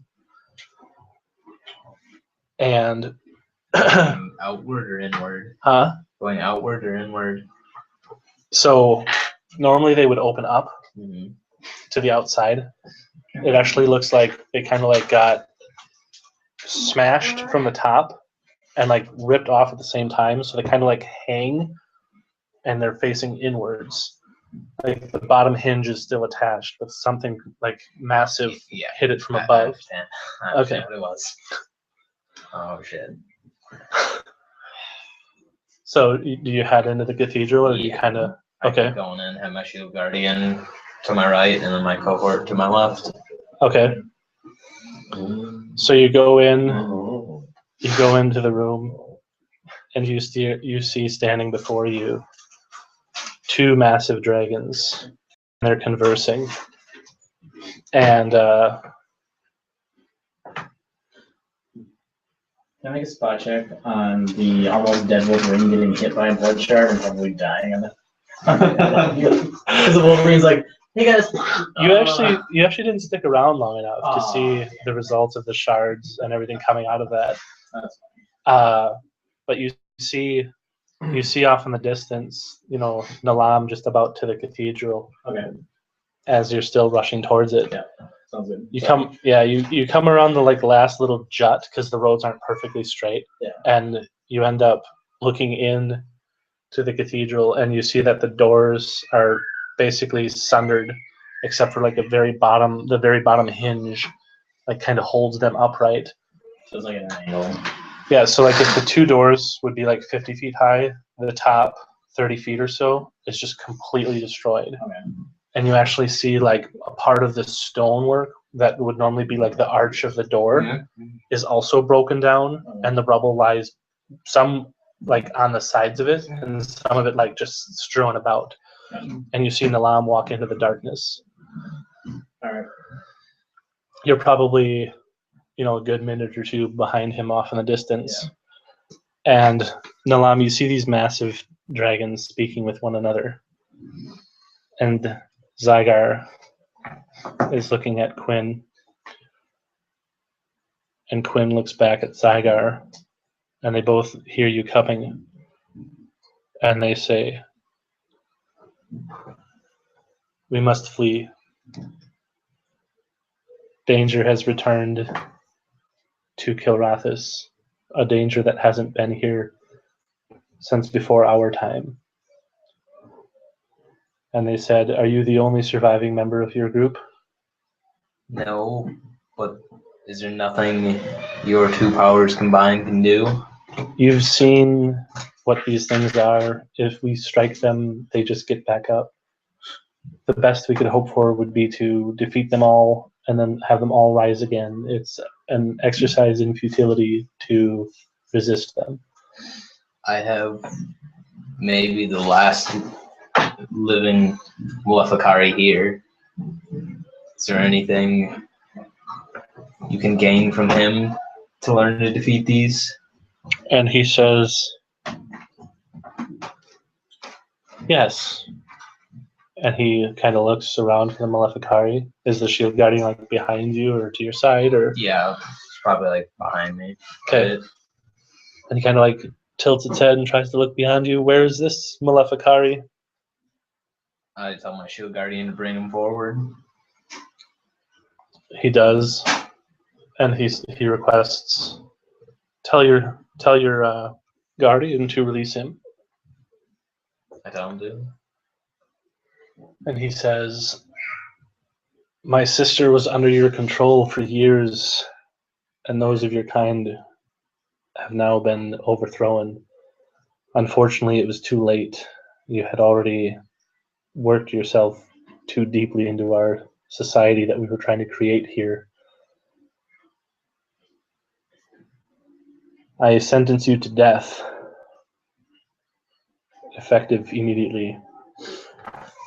And he kind of like tips his head down and opens his maw, and he tells you, get out of the way. I bucket. And the Maleficari just kind of stands there, and he tries to pull out his dagger. Roll a spot check for me. He can't. His hand's bound.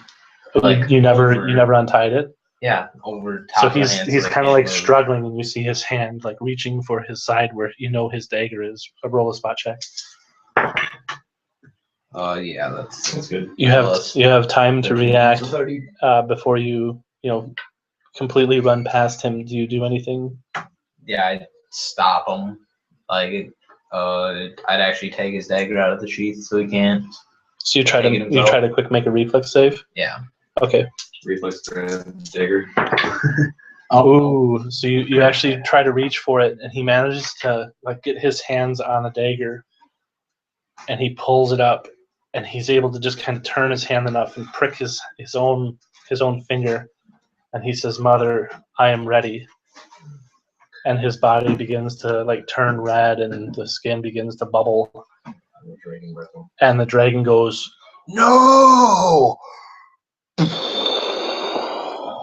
And this huge torrent of flame just releases from both Zygar and Quinn's mouth. Only it's too late. The Maleficari explodes and the blood shards fly at you. I need you to roll another reflex save. That's a 28. You managed to duck down behind a pillar. Unfortunately, your shield guardian was not as lucky. Everything that he was is now gone as the torrent of fire rushes over him, and the superheated blood crystals just fall in like boiling blood on the ground. For a moment, they're still there, and then they just disappear into like a light soot. And the dragon tells you that was the last of the blood needed to be spilled this night. And even they're in danger now. But they thank you for, coming to them. You chose correctly, and they'll aid you in getting your friends out of the city. And Quinn puts her talon down on the ground, and she says, "Climb." Before we go, I'm gonna request aid from another, and I pull out my orb, and I say, to whoever this orb belongs to, we need saving, and I smash the orb on the ground. What? Can I see this? Yeah, at this point, Are you serious? At this point, you're coming in the door, and it's pitch black. It's just this massive cathedral. And all of a sudden you see this like bright torrent of flame just incinerate something in front of you. And you see these pews start on fire where the worship services are conducted. And you see stone kneeling benches also just give way underneath, and even some of the stone flooring where the combined breaths of both dragons hit. And it basically turns into like this liquid form of I don't know if it would be like a boiling rock or whatnot, but it quickly, solidifies again and rehardens.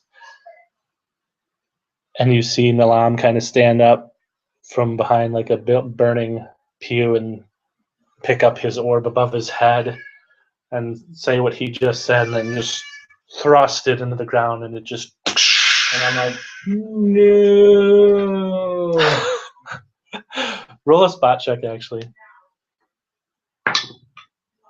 Yeah. So you're like, you see him doing this action, but you can't hear it. You're just a little bit too far away. Yeah. What you hear as you're still, because you're still running into it. I mean, you might stop for a moment as you get, near the fire, and you only hear the end where he says, "Whoever controls this, or, whoever's orb this belongs to, I need your help," and he smashes it on the ground. Awesome. There doesn't appear to be any noticeable effect from what you've just done. And Quinn repeats again, "Come, we must hurry. I'm glad to see that another survived. If this is all of you, we should be going." There's still more yet in the city. And she kind of looks at Zygar, and Zygar looks back at Quinn. And they say, "You value your friends you value those of your group sometimes more than you should. We dragons are much wiser than this, and we would recommend just leaving them here to die. If they are truly strong and worth themselves, it should be that they can save them. We've been asleep for far too long. Maybe we've missed something in our slumber."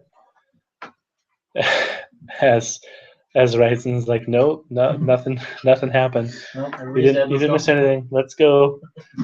And then they kind of glance back at each other, and they nod their head, and they say, "We have agreed. We will aid you." And then Quinn kind of like puts her other hand, and she actually at this point just grabs you and lifts you up and places you on her back. And Zygar looks at you and he says, You dare to profess yourself in front of my worshippers. I do not like you. Do you actually say that? No. Okay. I nod though. I do not like you. But you are the only other here. And if we are to rescue the others, we're going to need to do so quickly. So we have decided that we will split up, and you will ride on my back. And do not worry. With any luck, you will not meet the same fate as your spider.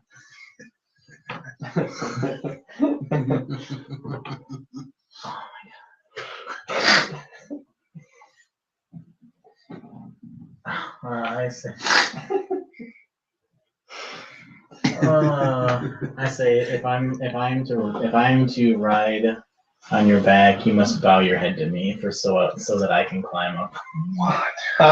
To you. Oh man. No.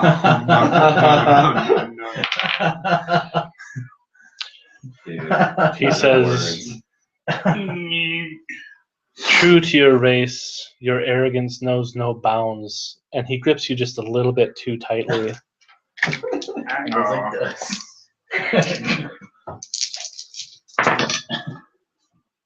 And you take just a little bit of damage. Yeah. It's only temporary. He was not meaning it to be lethal. Bruising all of my muscles. As your body feels like your the blood within you pulsates like a single beat, your blood pressure skyrockets. He sets you on his back, and he says, "Hold on!" And he thrusts his wings, and Quinn thrusts her wings, and just this huge gust of wind just encircles the entirety of the cathedral. The flames on the pews and other wooden and cloth things are fueled by this immense wind gust, and just the whole cathedral all of the wood, all of the decorations catch fire as they smash through the ceiling. Their massive heads thrusting through the top and bricks falling down around them. And they tell you, as they're doing this, make sure you have a good grip. And I need you to make a strength check as you as well. I mean, dex check instead. Sure, you can just try to grab stuff as you fail your strength check. Yeah. So my dex is 34. So you Wait, fail. no, 19. Okay, This was so you fail your initial grip, and you start sliding down the dragon, and he begins laughing as he feels you slither across or slide across his back, and he says, "I told you to hold on, fool." And the bricks fall down around you, and they fly out into the open night sky. And you see now that the moon is just like this deep, deep red, much darker than it was. And the entire sky is just filled with like this thick fog, but luckily you're above most of it, but it's definitely like rising as more and more blood in the city is getting spilled. And they ask you, are you able to see through this? Or do you know where your friends are or were? I say, you can clear it with fire. That's what you say? I say that. Okay. I don't know if they respond to that. That's what I say. I mean, my question, do I see anything? Because it's a fog. Yeah, no. So I mean, I it's can't see it. basically like, instead of like a soupy thick regular fog that we experience, it's like this same thickness, only with a deep red hue to it. So yeah, I mean, So my it's dark vision's not gonna help me. no. That's what I say. So then I do say that. I was like, I'm sure you can clear fog with fire. Okay. So the dragons kind of glance at each other, and you hear them say, "Where are your friends?" Or "Where were your friends?" They were back by the keep, trying to. They were all collect the lizard men. They were all being held. Okay. Prisoner. But there were also a couple that were going to there too. Yeah, but I'm assuming they'd be there by now. Yeah, they're heading to the keep. All right. So back to you in your room. You hear this like sound getting closer to you. Oh, we didn't actually breathe fire in the fog. No. So Quinn tears off in the direction of the keep, and he decides to kind of like circle on the ground looking for people as best he can in any of the parts that aren't fully in the thick fog just yet. And you see two people on the ground, Wrightson, from the top of Zygar. One of them appears to be wielding some kind of hammer, and another one appears to be wielding an axe. And then you see that both of them have a tail. From this height, it's kind of hard to make them out, and they're just kind of like on the edge of the fighting, and they're backing away from this, thick fog that's approaching them rapidly. And you see these creatures just slamming into them repeatedly, and blood flying, and then them kind of like blocking and dodging. And a couple of men have joined in from around the city, and you recognize a few of them as the followers of Vashgar. And a couple ladies up on the walls of the keep begin shouting at you, Nalam. They say, "We've retreated, to the rooftop," and you can barely make this out. And they say, that we understand that you're probably going to rescue your friends, but if you can find a way to save us as well, we would be in your debt. I tell Quinn to save them because I know they're alive at least now. Sure. So Quinn says, "Are you sure? Aren't your friends in the keep?" Yes, but we at least know these people are alive, and we don't know if we go to the keep and come back if they will still be. And I don't even know if my friends are still alive. Okay. So as you're sitting in your room, you hear this shouting from something above you, and you make out the words, "Save us," and if you're able to. And something like slams into your door, and you hear like this like kind of a sound immediately after the slamming, and then you hear it again. You hear, and then you hear, and it keeps repeating and repeating, and it's like more and more. It's more and more things are slamming into the wall, and eventually you see like this pool of blood come from under your doorway. What do, Kyrie?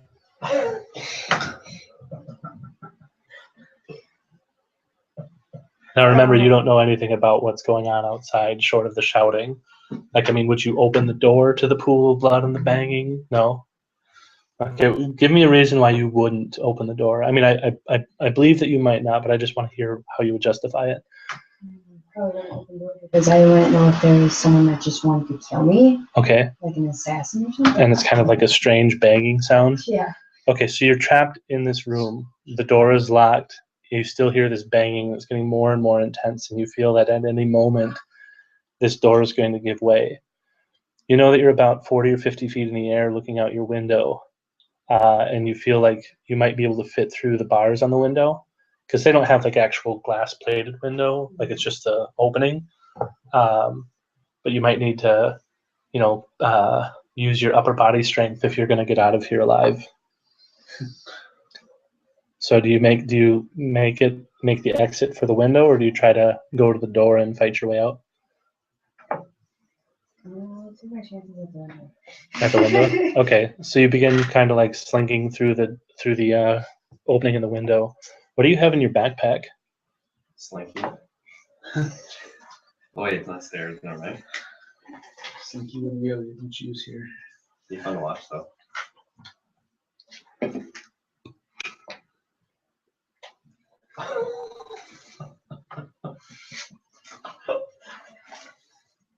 Yeah, we have 3 weapons and like 2 necklaces, and that's it. Okay. So you're trying to get out of the window, and you quickly realize that with your bag on, you're not going to fit. Is there anything from your bag that you'd like to take with you? Keep in mind that you'd have to carry it in your hand, and you're going to be needing to climb up, it looks like. Keep the necklaces that I want. So like you put a couple necklaces on, and then you leave the rest. Okay, so you put on 2 necklaces, literally a couple, and then the rest of the stuff that's in your bag you just kind of leave sitting there in the room as you crawl out. This is the keep that she's in. Yeah. Just like wherever Sure. or whatever. And like, let's say this is the window that she is going on. Mm-hmm. In relation to like the dragon that I'm on is like over here because that's where the reptile's like down the road or whatever. Yep. They were battling away heading west, and you're coming from you were coming from the east where the cathedral is. Yeah. So you just take the necklaces then and just say screw it, leave the rest behind.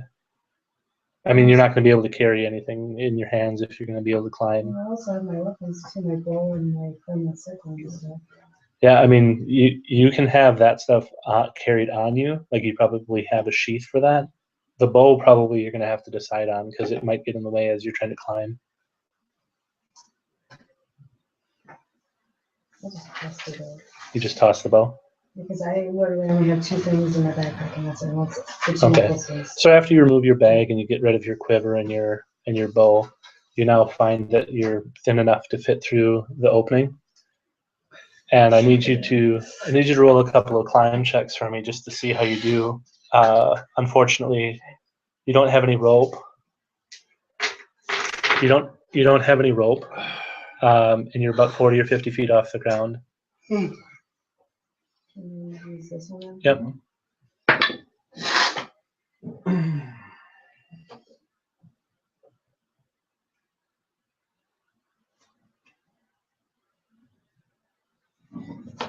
What'd you end up with?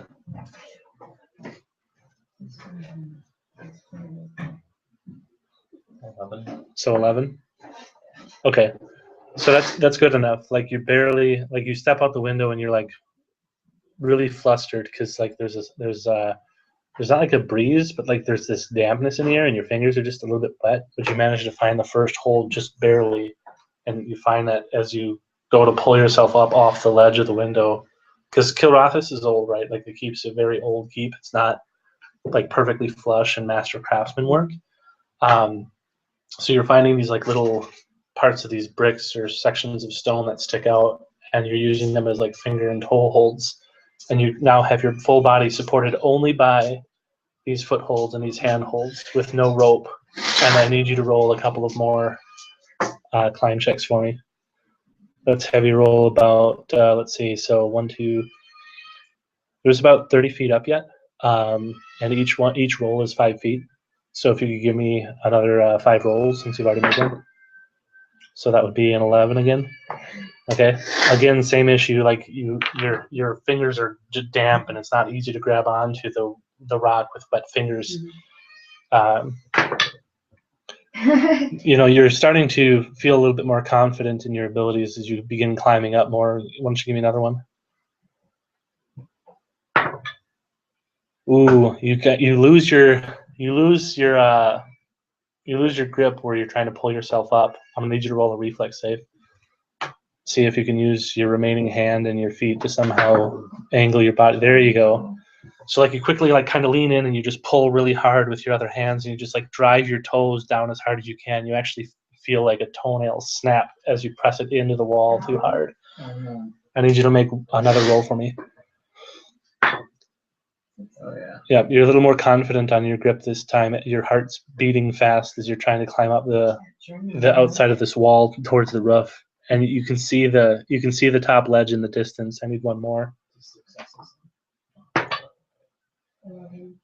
Yep. As your heart races, you kind of feel the adrenaline kick in, and you're now feeling like, all right, I can do this. I can do this, and I need one more check. Perfect. You get up to the top, and I now need you to roll a strength check. This is just to kind of pull your weight up and over onto the. Ooh, what's your total on that one? All right. So as you're pulling yourself up, you begin to slip. I'm gonna re-roll that. Actually, I hit your dice. I'm sorry. Ooh, one of the Kilrathi ladies. She notices you at the last second, and she's trying to reach for you. And luckily, she manages to get her hand out, and she grabs onto you. And I need you to roll one more strength check because now you're kind of like pulling her down. And between the two of you, you manage to work yourself up onto the roof. And she says, "Where in the hell did you come from?" Came out of the window. There's blood coming out from underneath my door. Yes, well, we experienced the same problem. You'll be safe up here for now, and it looks like there's a dragon, that might be coming to rescue us. And no sooner than she says that, you kind of like hear that beating sound again, as the huge dragon that was outside your window that they were shouting at turns and kind of like lands down on the roof and puts out its, spreads out its wings and like kind of lays low and allows you guys to all pile on. What are you saying, Alam? I'd speak to one of the Kilrathi. What do you say? Is there any more survivors in the rooms? One of the men kind of looks at you and he says,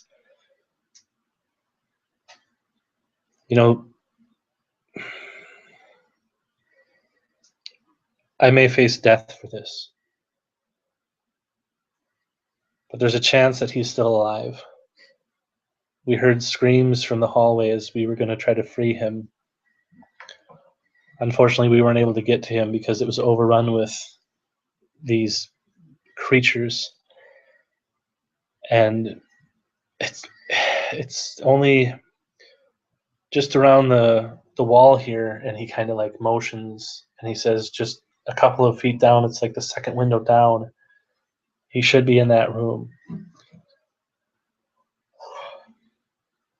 So you're sitting in your room, and all of a sudden,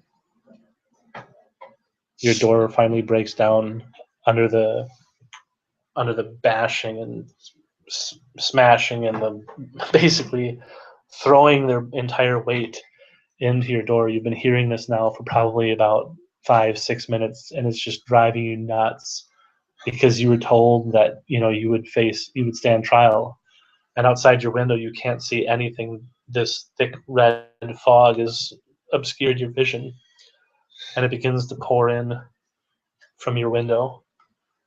the blood fog begins to kind of pour in from your window now, and it's seeping into your room like this. If you can imagine like a fog machine, and it's rolling towards you, and the blood's seeping under the door, and your door finally breaks, and you're stuck between this thick blood fog that separates itself around the bars. So now there's three almost tendrils of blood coming towards you, and this pool of blood is already at your feet, and most of your room is just covered in blood. You've actually set your belongings up on the bed, and I don't know what you've been doing while this has been going on, but I'm gonna need you to roll a will save actually. That's 25. 25. So you've probably been in prayer, hardened by what Vashkar told you earlier, and realizing that you need to face, the music on this, and he essentially wished you luck in battle. He also warned you that blood would be spilled. Do you think it occurs to your character at all that maybe he had something to do with this? Or do you think that this is beyond him?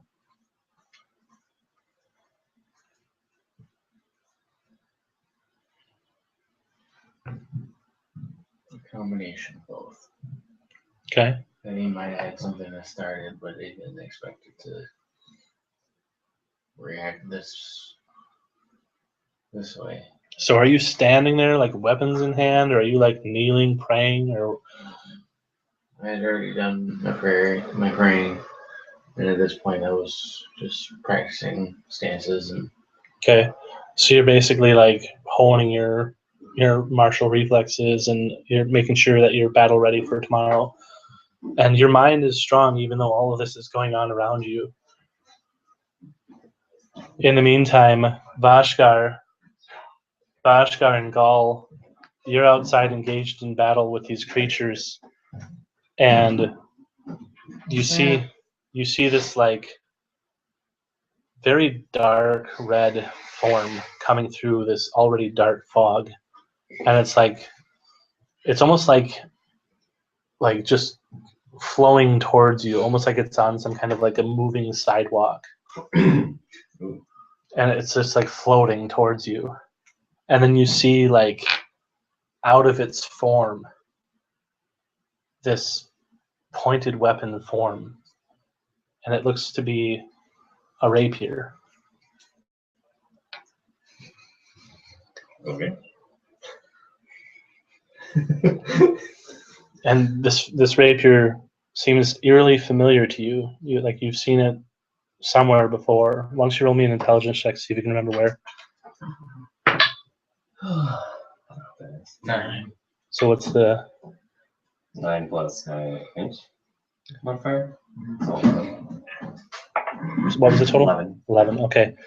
So you actually recognize it as one of Wrightson's weapons. What do you think your character would? What do you think about that? I would probably think that the rituals that I've seen him do and the power that he wields in his yearning for it might have overcome with magic. Okay. And that maybe he is this blood mist that is before me. So do you stand to fight your friend, and give him the death beyond death if you think you can? You've been fighting these creatures, and you know that they just keep getting back up. And this one's particularly large, almost like all of them coalesced into one super blood being. Ooh, and now you've seen something from this one that none of the others had done, and it's actually to manifest this weapon from within inside this flowing slime of blood, and it's your friend's rapier. Would you stand to fight something like that? Good question. Is that guard dude still by me? He is, but he's badly wounded. He looks like he's on his last limbs, and his skin has some red tinging to it.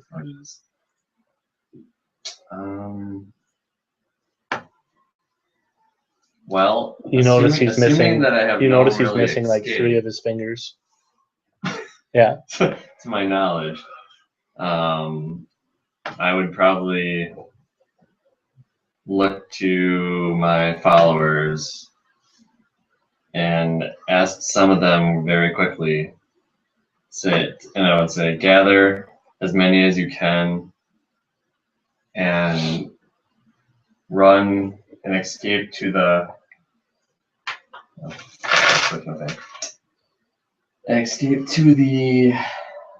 mine. Okay. The dungeon that we were at. Sure. Let's say escape to the mine and begin preparations for the retaliation against these vile magics. Begin forging and mastering your skills to combat and take back your homeland. So to some of them, not all of them.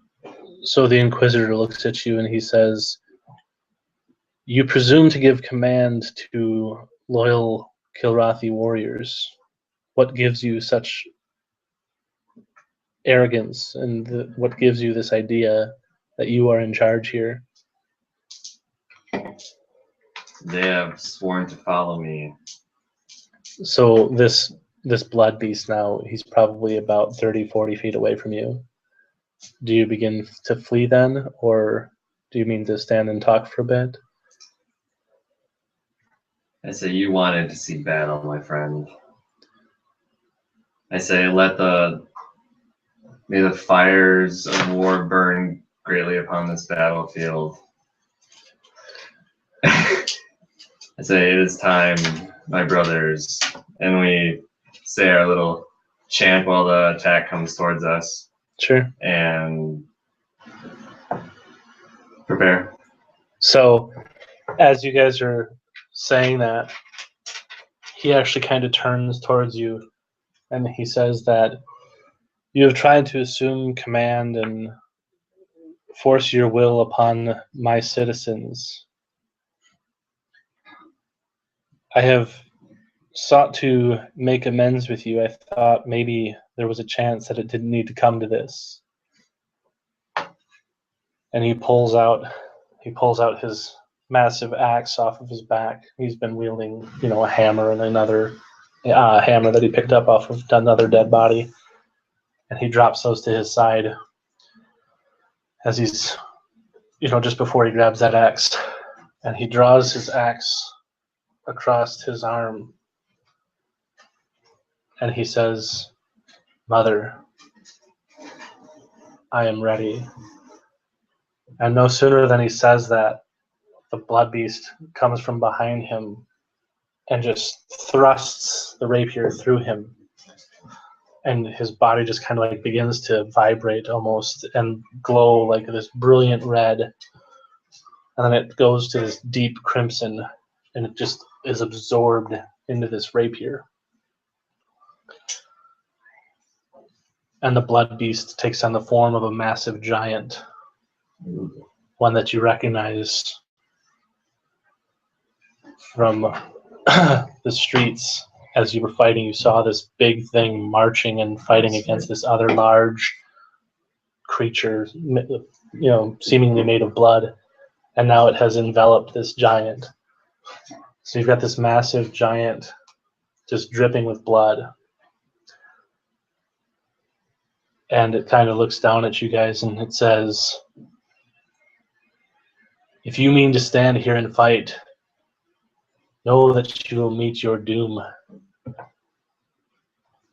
And this big axe just kind of like appears, this just giant axe made of blood, and he pulls it like out of the blood of his back. And he kind of like swings it down towards you guys. And as he's doing that, you hear, and all of a sudden Zygar goes, and just a torrent of flame, like just inches away from you guys, ignites the base of this giant, and the blood just begins to boil and melt away. And you see like the the flowing blood that's coming closer to you, and the fog just kind of retreat for a moment. And Zygar says, "Get on, you fools!" as he finishes landing and unleashes more torrents of flame. Joe, I need you to roll a strength check as he's like rearing up and just releasing fire blasts against it. I don't even know. 8. You got an 8 there. 8? I got an 8. Yep. That's the total. You begin sliding down the back. I need you to roll a reflex save. You slide further down. It's 12. Yeah, that's not enough. Like it's basically like a vertical thing at this point. So you're sliding towards the ground, and I need you to maybe get one more save. Luckily for you, like you managed to like grab on to like one of the spine scales that sticks out of the dragon's back, and you latch onto it. And he kind of like comes back down onto his front talons as everyone begins rushing on. What do you and your cohort do? I'd probably be like, indeed, the fires of war have come. So like almost like you prophesized this. Your followers look at you, and they kind of like, bow their head, and then they call you. Ooh, Demore turn to my worship now? Yeah. So actually, the ones that are there was only 6 of your six of your followers that weren't dead. Like you've seen some of their bodies in the streets as you were battling, but some of the men that were left and had been under the lead of the Inquisitor look to you and they say, "The Prophet of Fire." Like they swear fealty to you. Basically, they agree to become your followers for what you've to replace my dead ones. Right. Okay. To follow you this day forward. So long as you stay true to what they believe in. Now that the dragon's settled, do I climb back up on the top of the dragon? Yeah, I mean you can make a climb check. I would probably just say to him really quick. Yeah, you're fine. Thank you for coming to the aid of your family. So Okay. if you're the Prophet of Fire, like exclamation of Prophet of Fire. Oh, absolutely.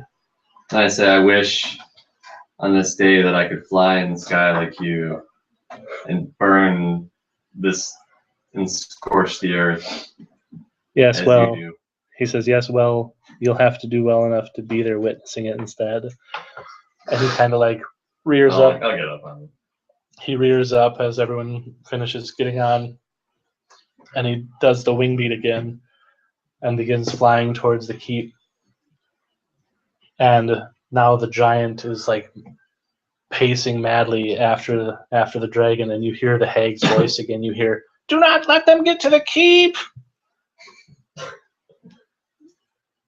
And basically all of the blood fog just kind of like goes together. The fog retreats in every area except for around the keep, and this giant grows in size, and it's stomping towards the keep after the dragon that you are on the back of.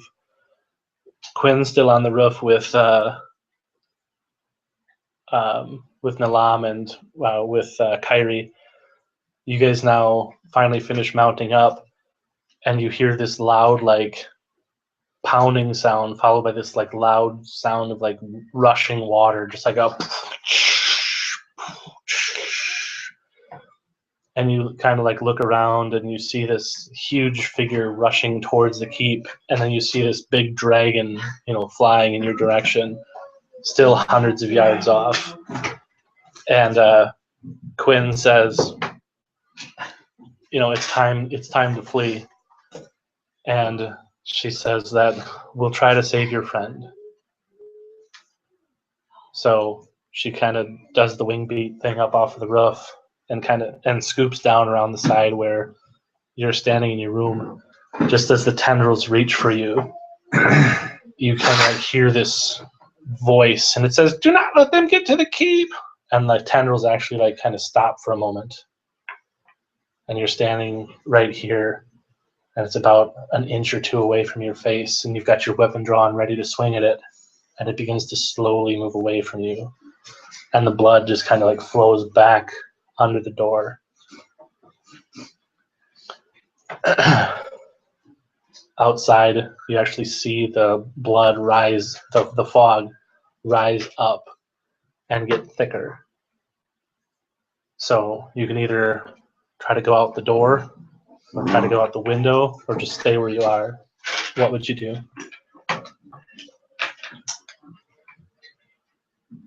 Obviously.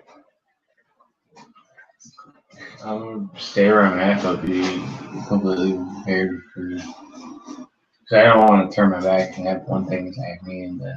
Sure. Or go the opposite, vice versa. Sure. So you just kind of. Something's gonna happen everywhere I go. All right. Not So- my back's pretty much against the wall, right? You hear this kind of like sound outside of your window, through the fog. And Nalam, you and Kyrie see this like tendril of this like large, like almost like a 3-fingered hand, this tendril of blood fog reaching towards the dragon as it comes in. And she just kind of puts her bottom talons out and keeps thrusting backwards and just uses her weight and kicks her legs forward and smashes into the wall. The tendrils pierce through her heart. The blood tendrils of the fog pierce through the dragon's heart. Oh, shit. And you can hear her screaming and writhing in pain as she's like reaching with her talons. And she manages to grab onto you. She grabs you, Felix, or Ophelrix, and she pulls you out and she says, "You will live at my own life." And she kind of like twists her body and just throws you clear of the fog, so you're just sailing through the air. Yeah. Well, the rest of us on our back. I'm gonna need you to roll. I'm gonna need you and her to roll strength checks. I'm gonna And all the other die again. Kilrathi then? What was that? All the other Kilrathi? Oh, no. 7. Okay, so you actually lose your grip and you begin falling towards the ground. You can make a reflex save to stop that. What did you roll? Yeah, so you also lose your grip as the dragon just kind of like contorts and throws its body around, and you begin plunging towards the ground. I'm not going to make the reflex save. Well, roll it. I'm not going to. My character's not going to stop him. He What? realizes it's not worth it. He's going to let himself fall. Okay, You just I wanna like, die. sacrifice yourself. all right. So what'd you get for your After total? seeing the dragon fall to this, he realizes he's no Yeah, match. 16. So he's just It was 21 for her. What was it? 21. 21. All right. Do you want me to roll since I'm flying right now? No, you have really nothing you can do unless you want to try to like turn your body or something to like get better aerodynamics for your flight. That's up to you. But Do we see the other dragon fall? oh, you see this like three tendrils like blood fog just kind of reach towards this dragon and plunge through its heart, and the dragon just kind of like writhe and twist and doing its death throes and shouting something in Draconic. Do you speak Draconic? I do. I do. Okay. I might too. What you hear? What I Oh, said? I do. You said you Yeah, hear what I I do. said before. So that's what you hear. To the dragon. You hear it saying, "You will live this day," as it contorts its body and throws in clear of the blood fog, and you see the body flying. We see other bodies flying around too. Oh yeah, yeah. You see him flying kind of like towards-ish to you guys, and you see these two falling, and then at the last second, she like grabs one of the spikes that come out of the back of the dragon, like the spine, one of the ridges, and you grab on for dear life, and you're just hanging there, like near the tail. The dragon that we're on, I forget the name of it, but Saigar. Zygar. I say, does self-sacrifice run in the family? Shut up. Wow. He actually like thrusts whatever part of his body you're on, and I need you to roll a strength check. Oh, dude. You fly off of the body, and keep in mind that he's currently flying very quickly to escape this giant that's pursuing him. You do not have a chance to save because you're actually thrust upwards Nice. into the air, and he's no longer beneath you. So now you are falling, Okay. plummeting towards the ground. We'll die together, Joe. I tell the dragon, I'm like, we must ignite her fire, and together you will burn these burn this beast beyond repair. Okay. So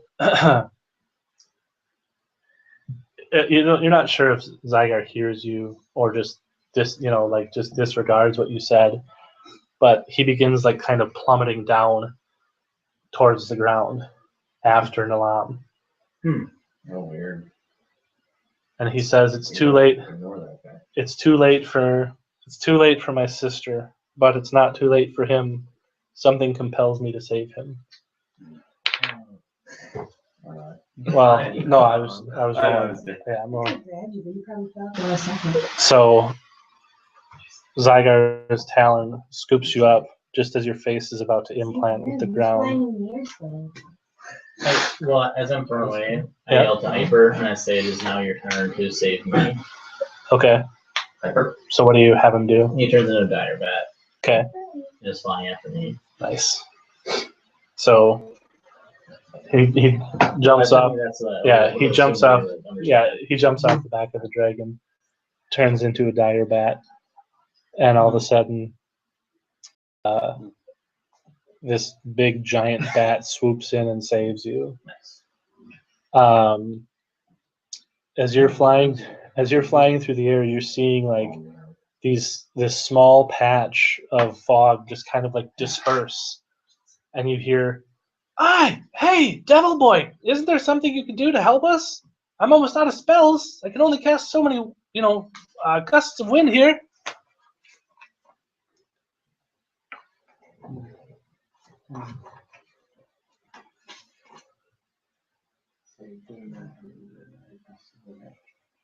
Yeah. It's already flying. Ooh. There you go. Look at that one. No. That one? No. No. That one? That one. So there's got to be something you can do, otherwise we're going to be enveloped by this blood. Yeah.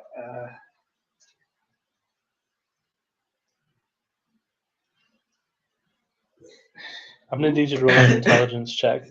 Are you okay? I was laughing. I can't tell you. Okay, so you actually remember this. You remember this, hearing this voice before that you keep hearing about. Do not let them get to the keep. Almost like the entire air around you is speaking this. Mm-hmm.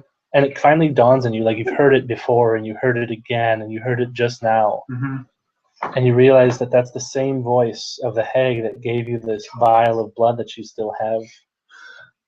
Oh, you still got that, yeah. Wait, I thought that was. Okay. Oh, snap. So what do you do? Oh. I have a feeling that I would regret doing this, but Don't do it. I reach into my pack and I pull up this unlabeled vial, Okay. uncap it. Yeah. And with a little bit of hesitation, say, in the name of, I consume this in the name of Rissian. Oh shit! Oh. So you say, you drink this and you say, I consume this in the name of Rissian? Yes. Okay. So no sooner than you drink the blood and you finish your incantation, your body kind of contorts, and your head just kind of goes like, it shakes a little bit, and all of a sudden you get these huge horns just out of your head, and your tail just becomes massive. Okay. Just this massive tail, and wings sprout from your back. These giant venous wings. And your legs kind of like burst out. Like, have you ever seen the Hulk's legs, like in the old TV series? Just your pants tear, your armor just bursts off of your body as you quadruple in size. And this huge symbol on the ground around you shows up. And it's in the form of a pentagram. Oh, great. And this pentagram just bursts into flame. And the blood fog just kind of retracts backwards. And you hear this deep voice in response. Here's what you hear. I'm sorry. Thank you for consuming this blood.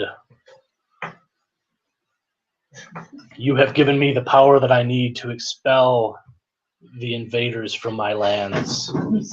It's just, Nick, it's just a drawing. Let me see the. It's got wings. It's your wings. Yeah. It's Okay. got wings. It's got a horn. It's just you. Hits all over the place. All right. Anyways, That's so actually what they you, were before. yeah, so you turn in this huge devil, basically, and you can no longer like control your body. You just feel like this burning rage. I need you to roll a will save.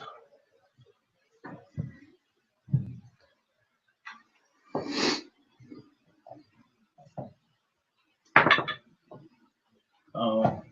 Yeah, you 9. can't control yourself. You kind of like thrust your arms into the air and you kind of just bring them down forcibly, and the ground around you just kind of like tears open as fire begins to spew forth and this fog retreats from the flames. And again, the sky speaks, and it says, "Do not be afraid. He is of no concern to us." And it's again the voice of the hag speaking.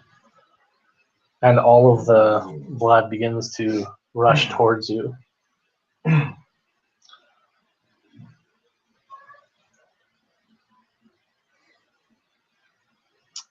I kind of,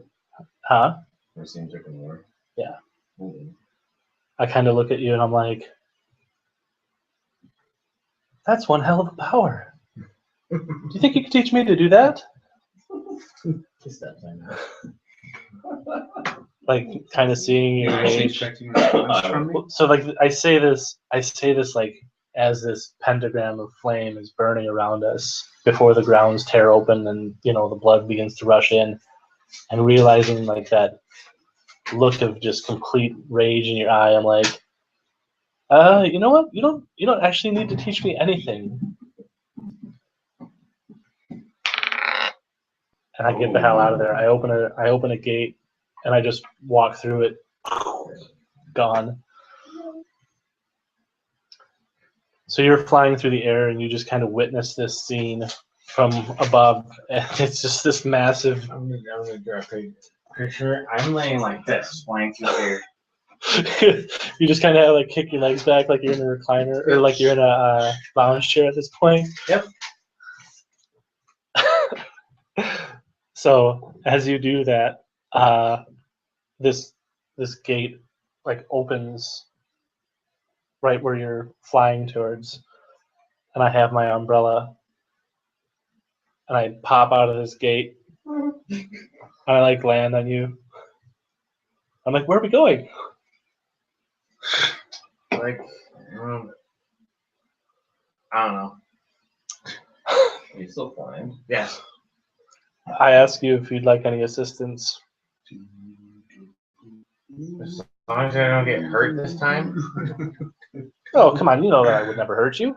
It's the fall that kills. The fall almost killed me last time. Yes, well, Pretty sure it's gonna happen again. I need you to purchase something from me if he's still around. And I point at the big guy on the ground there. Like, he has some items that are of interest to me. And right now I can't do that. That has to be in the future. Do you promise? Been long, let's say. Fair enough. And then I cast another spell, and this time we both kind of go through the gate, and I'll explain, where we show up in just a moment. So Zygar, seeing his sister in this death throes and you still on its back, is still flying towards the dragon, and Quinn's body begins to like glow a brilliant red, like it already was, or she already was a red dragon, but now it begins to glow like this deep crimson. Am I still hanging on to this guy? Yeah. And the body kind of begins to like twitch a little bit as you're hanging on to it, and you see like the scales kind of like bulge out, almost like there's like a bubble or something inside trying to escape.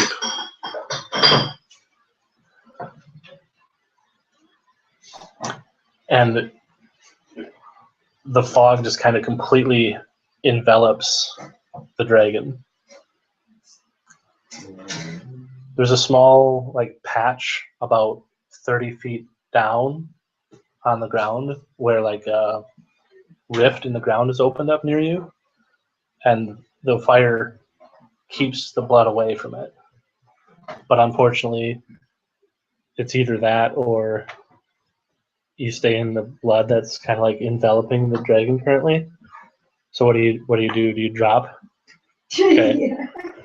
So I'm gonna need you to roll a tumble check.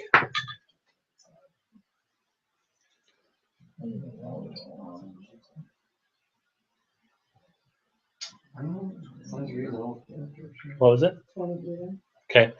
So you do pretty good on your landing.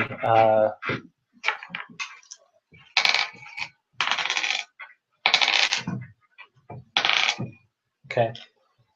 You take about 30 fall damage. You can't be certain, but you think you may have broken your leg. It's really not feeling that great. But you managed to land near the clear opening, and as you're tumbling after the fall, you actually managed to be in the opening. However, you tumble just a little bit too much, and I need you to roll a reflex save.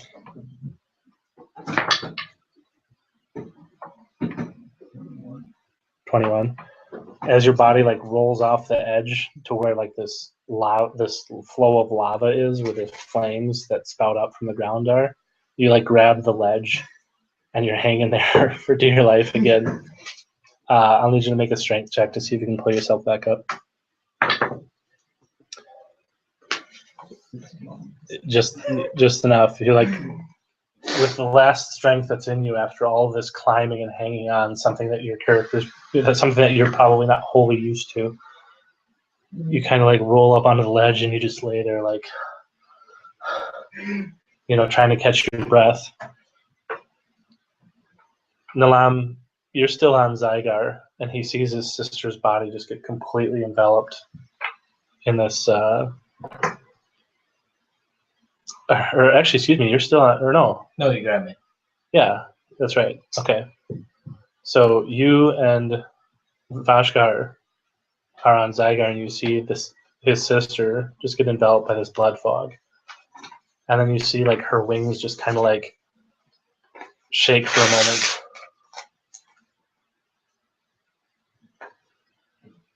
You see her limbs shake for a moment, and all of a sudden, like her entire body just like it doesn't explode, but just the skin and the scales and the flesh just kind of like falls away, and this blood dragon is kind of like beating there now. It's like this very veinous wing. Just doesn't even look like it'd be strong enough to support the body of this dragon, but it's just blood now that's there. And Zygar kind of looks at his sister, or what was his sister, and he asks you guys, would you think any less of him if he chose to flee? I think it's about time we flee. Okay. So Nick, Vordrik's kind of in a bad way. I need you to decide if you think that you would use what little control you still had left to have him attack the blood dragon, or if you think he would go instead, attack the blood dragon and allow Zygar, to get away? Or do you think he would instead try to save the citizens of the town who are being attacked by the giant that's approaching from the other direction?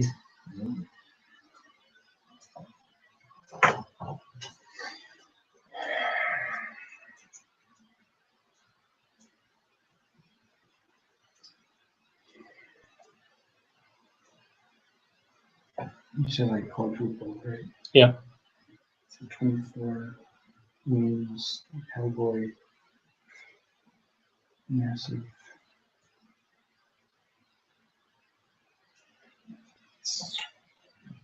Does my fire resistance increase with my size? One may think it might. You have no way to know that. You seem to have some kind of affinity to fire at this point, though, as you're seeing what's being done with your new body. Mm-hmm. Or wearing a fire. Yeah, your I'm clothing. pretty sure that's ripped Yeah, apart your by clothing now. was Oh. that, but that's. I'm pretty sure that's gone by now. So what would you think that you would use your remaining control to do? Would you save the citizens of the town, or fight the blood dragon and allow Zygar and your friends to get away?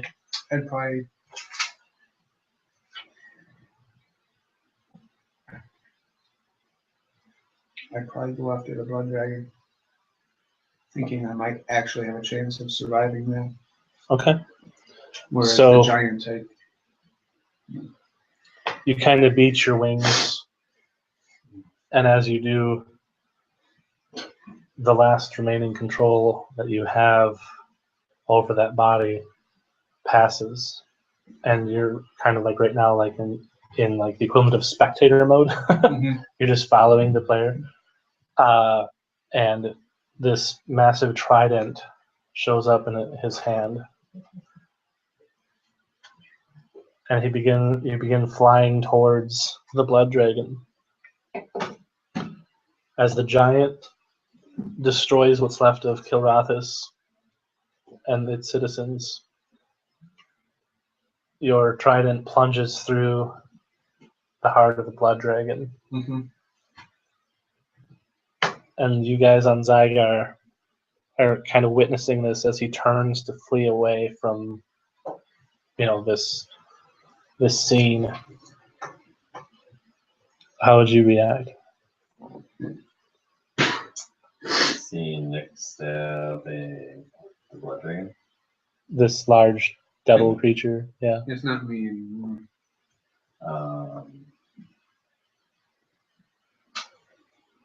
The Zygar's anything? Well, Zygar's flying away, right? So he can't, he doesn't see this. You guys are okay. kind of like looking So, back towards the city.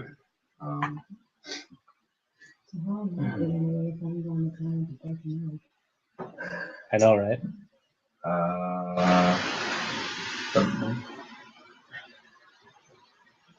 Why exactly is he going away?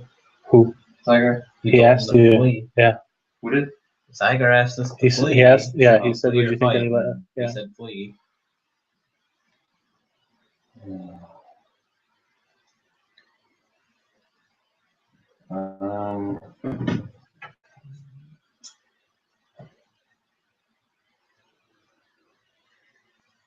Yeah, I don't know. It'd be a hard choice, I guess. I would probably.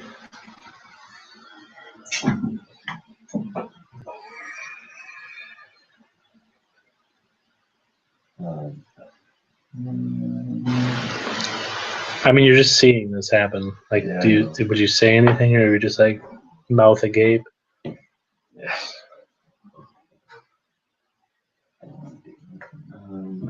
Wait, do I actually see her on the ground with a broken leg? No. Oh. You were falling differently. She fell after you were being rescued. I would state to Zygar, probably in an angry tone. Is there nothing we can do in this battle? I'm a proud race and do not want to see one's home perish such as mine once did. Is this your will? He says, of course, this is not my will, but no, there's nothing we can do. I mean, what would we do? Go and die with them? There is much to war, and the tactics and the knowledge that I have. There is great magic here.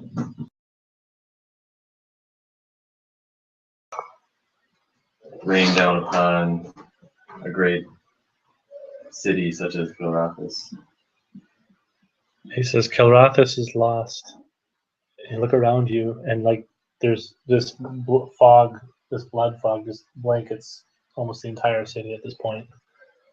Say nothing is lost to Zygar. I have begun preparations to once again someday take back what has been taken from you and your people. May it come to fruition. May fires once again burn across this land, but in our favor. Okay. He doesn't respond. He just kind of like gives a low rumble, as if in response. It's hard to argue against a dragon. And he sets you down. He proceeds out of the city, and sometime later, he'll set you down. But for right now, we'll go back to you lying on the ground. So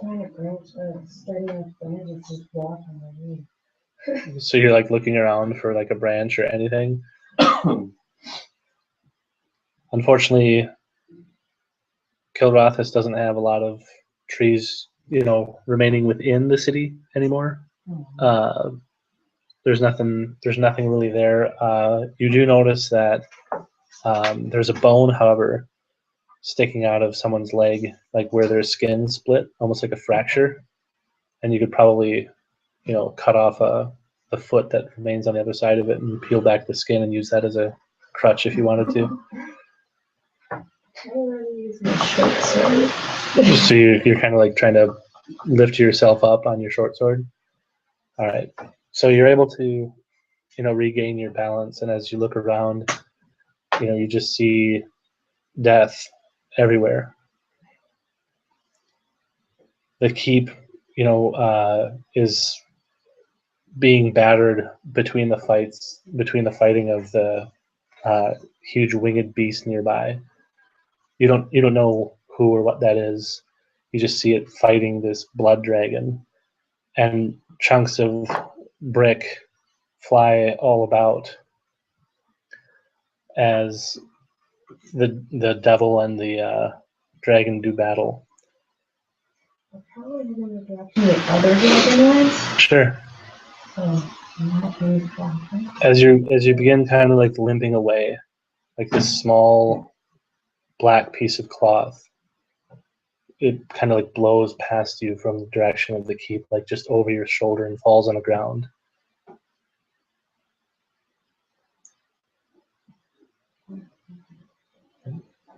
Roll an intelligence check.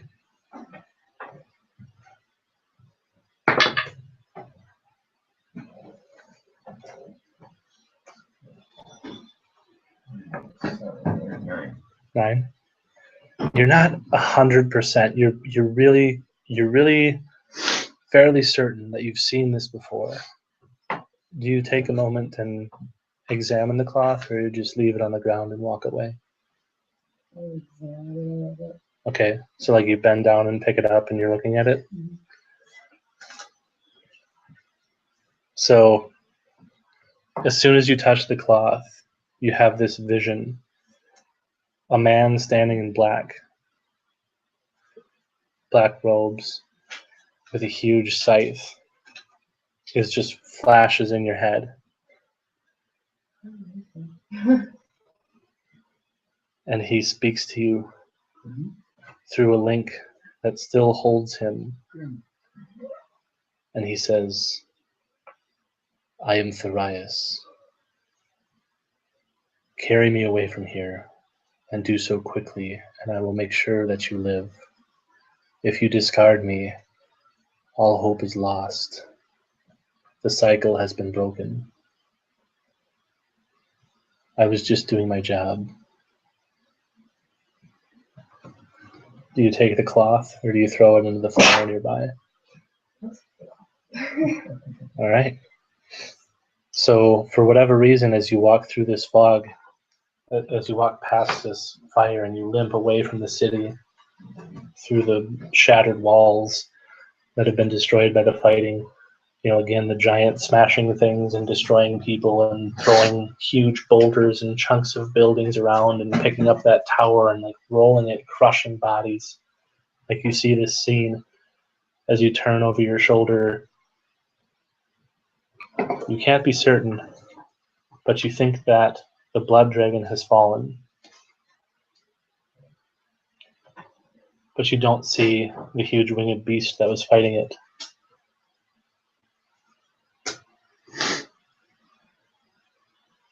I need you to roll a will save.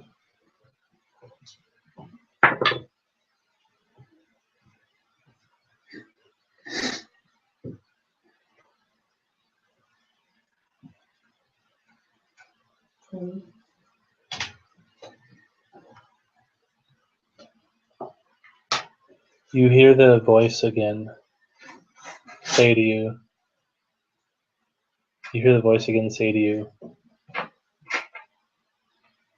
no one will believe in me any longer. There have been many this day that have suffered wounds that would have otherwise been fatal.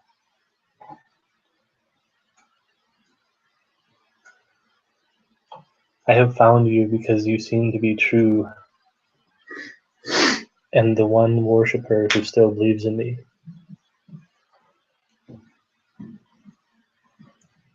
Will you spread the word that I still live? I will. All right. We're going to go ahead and end it there.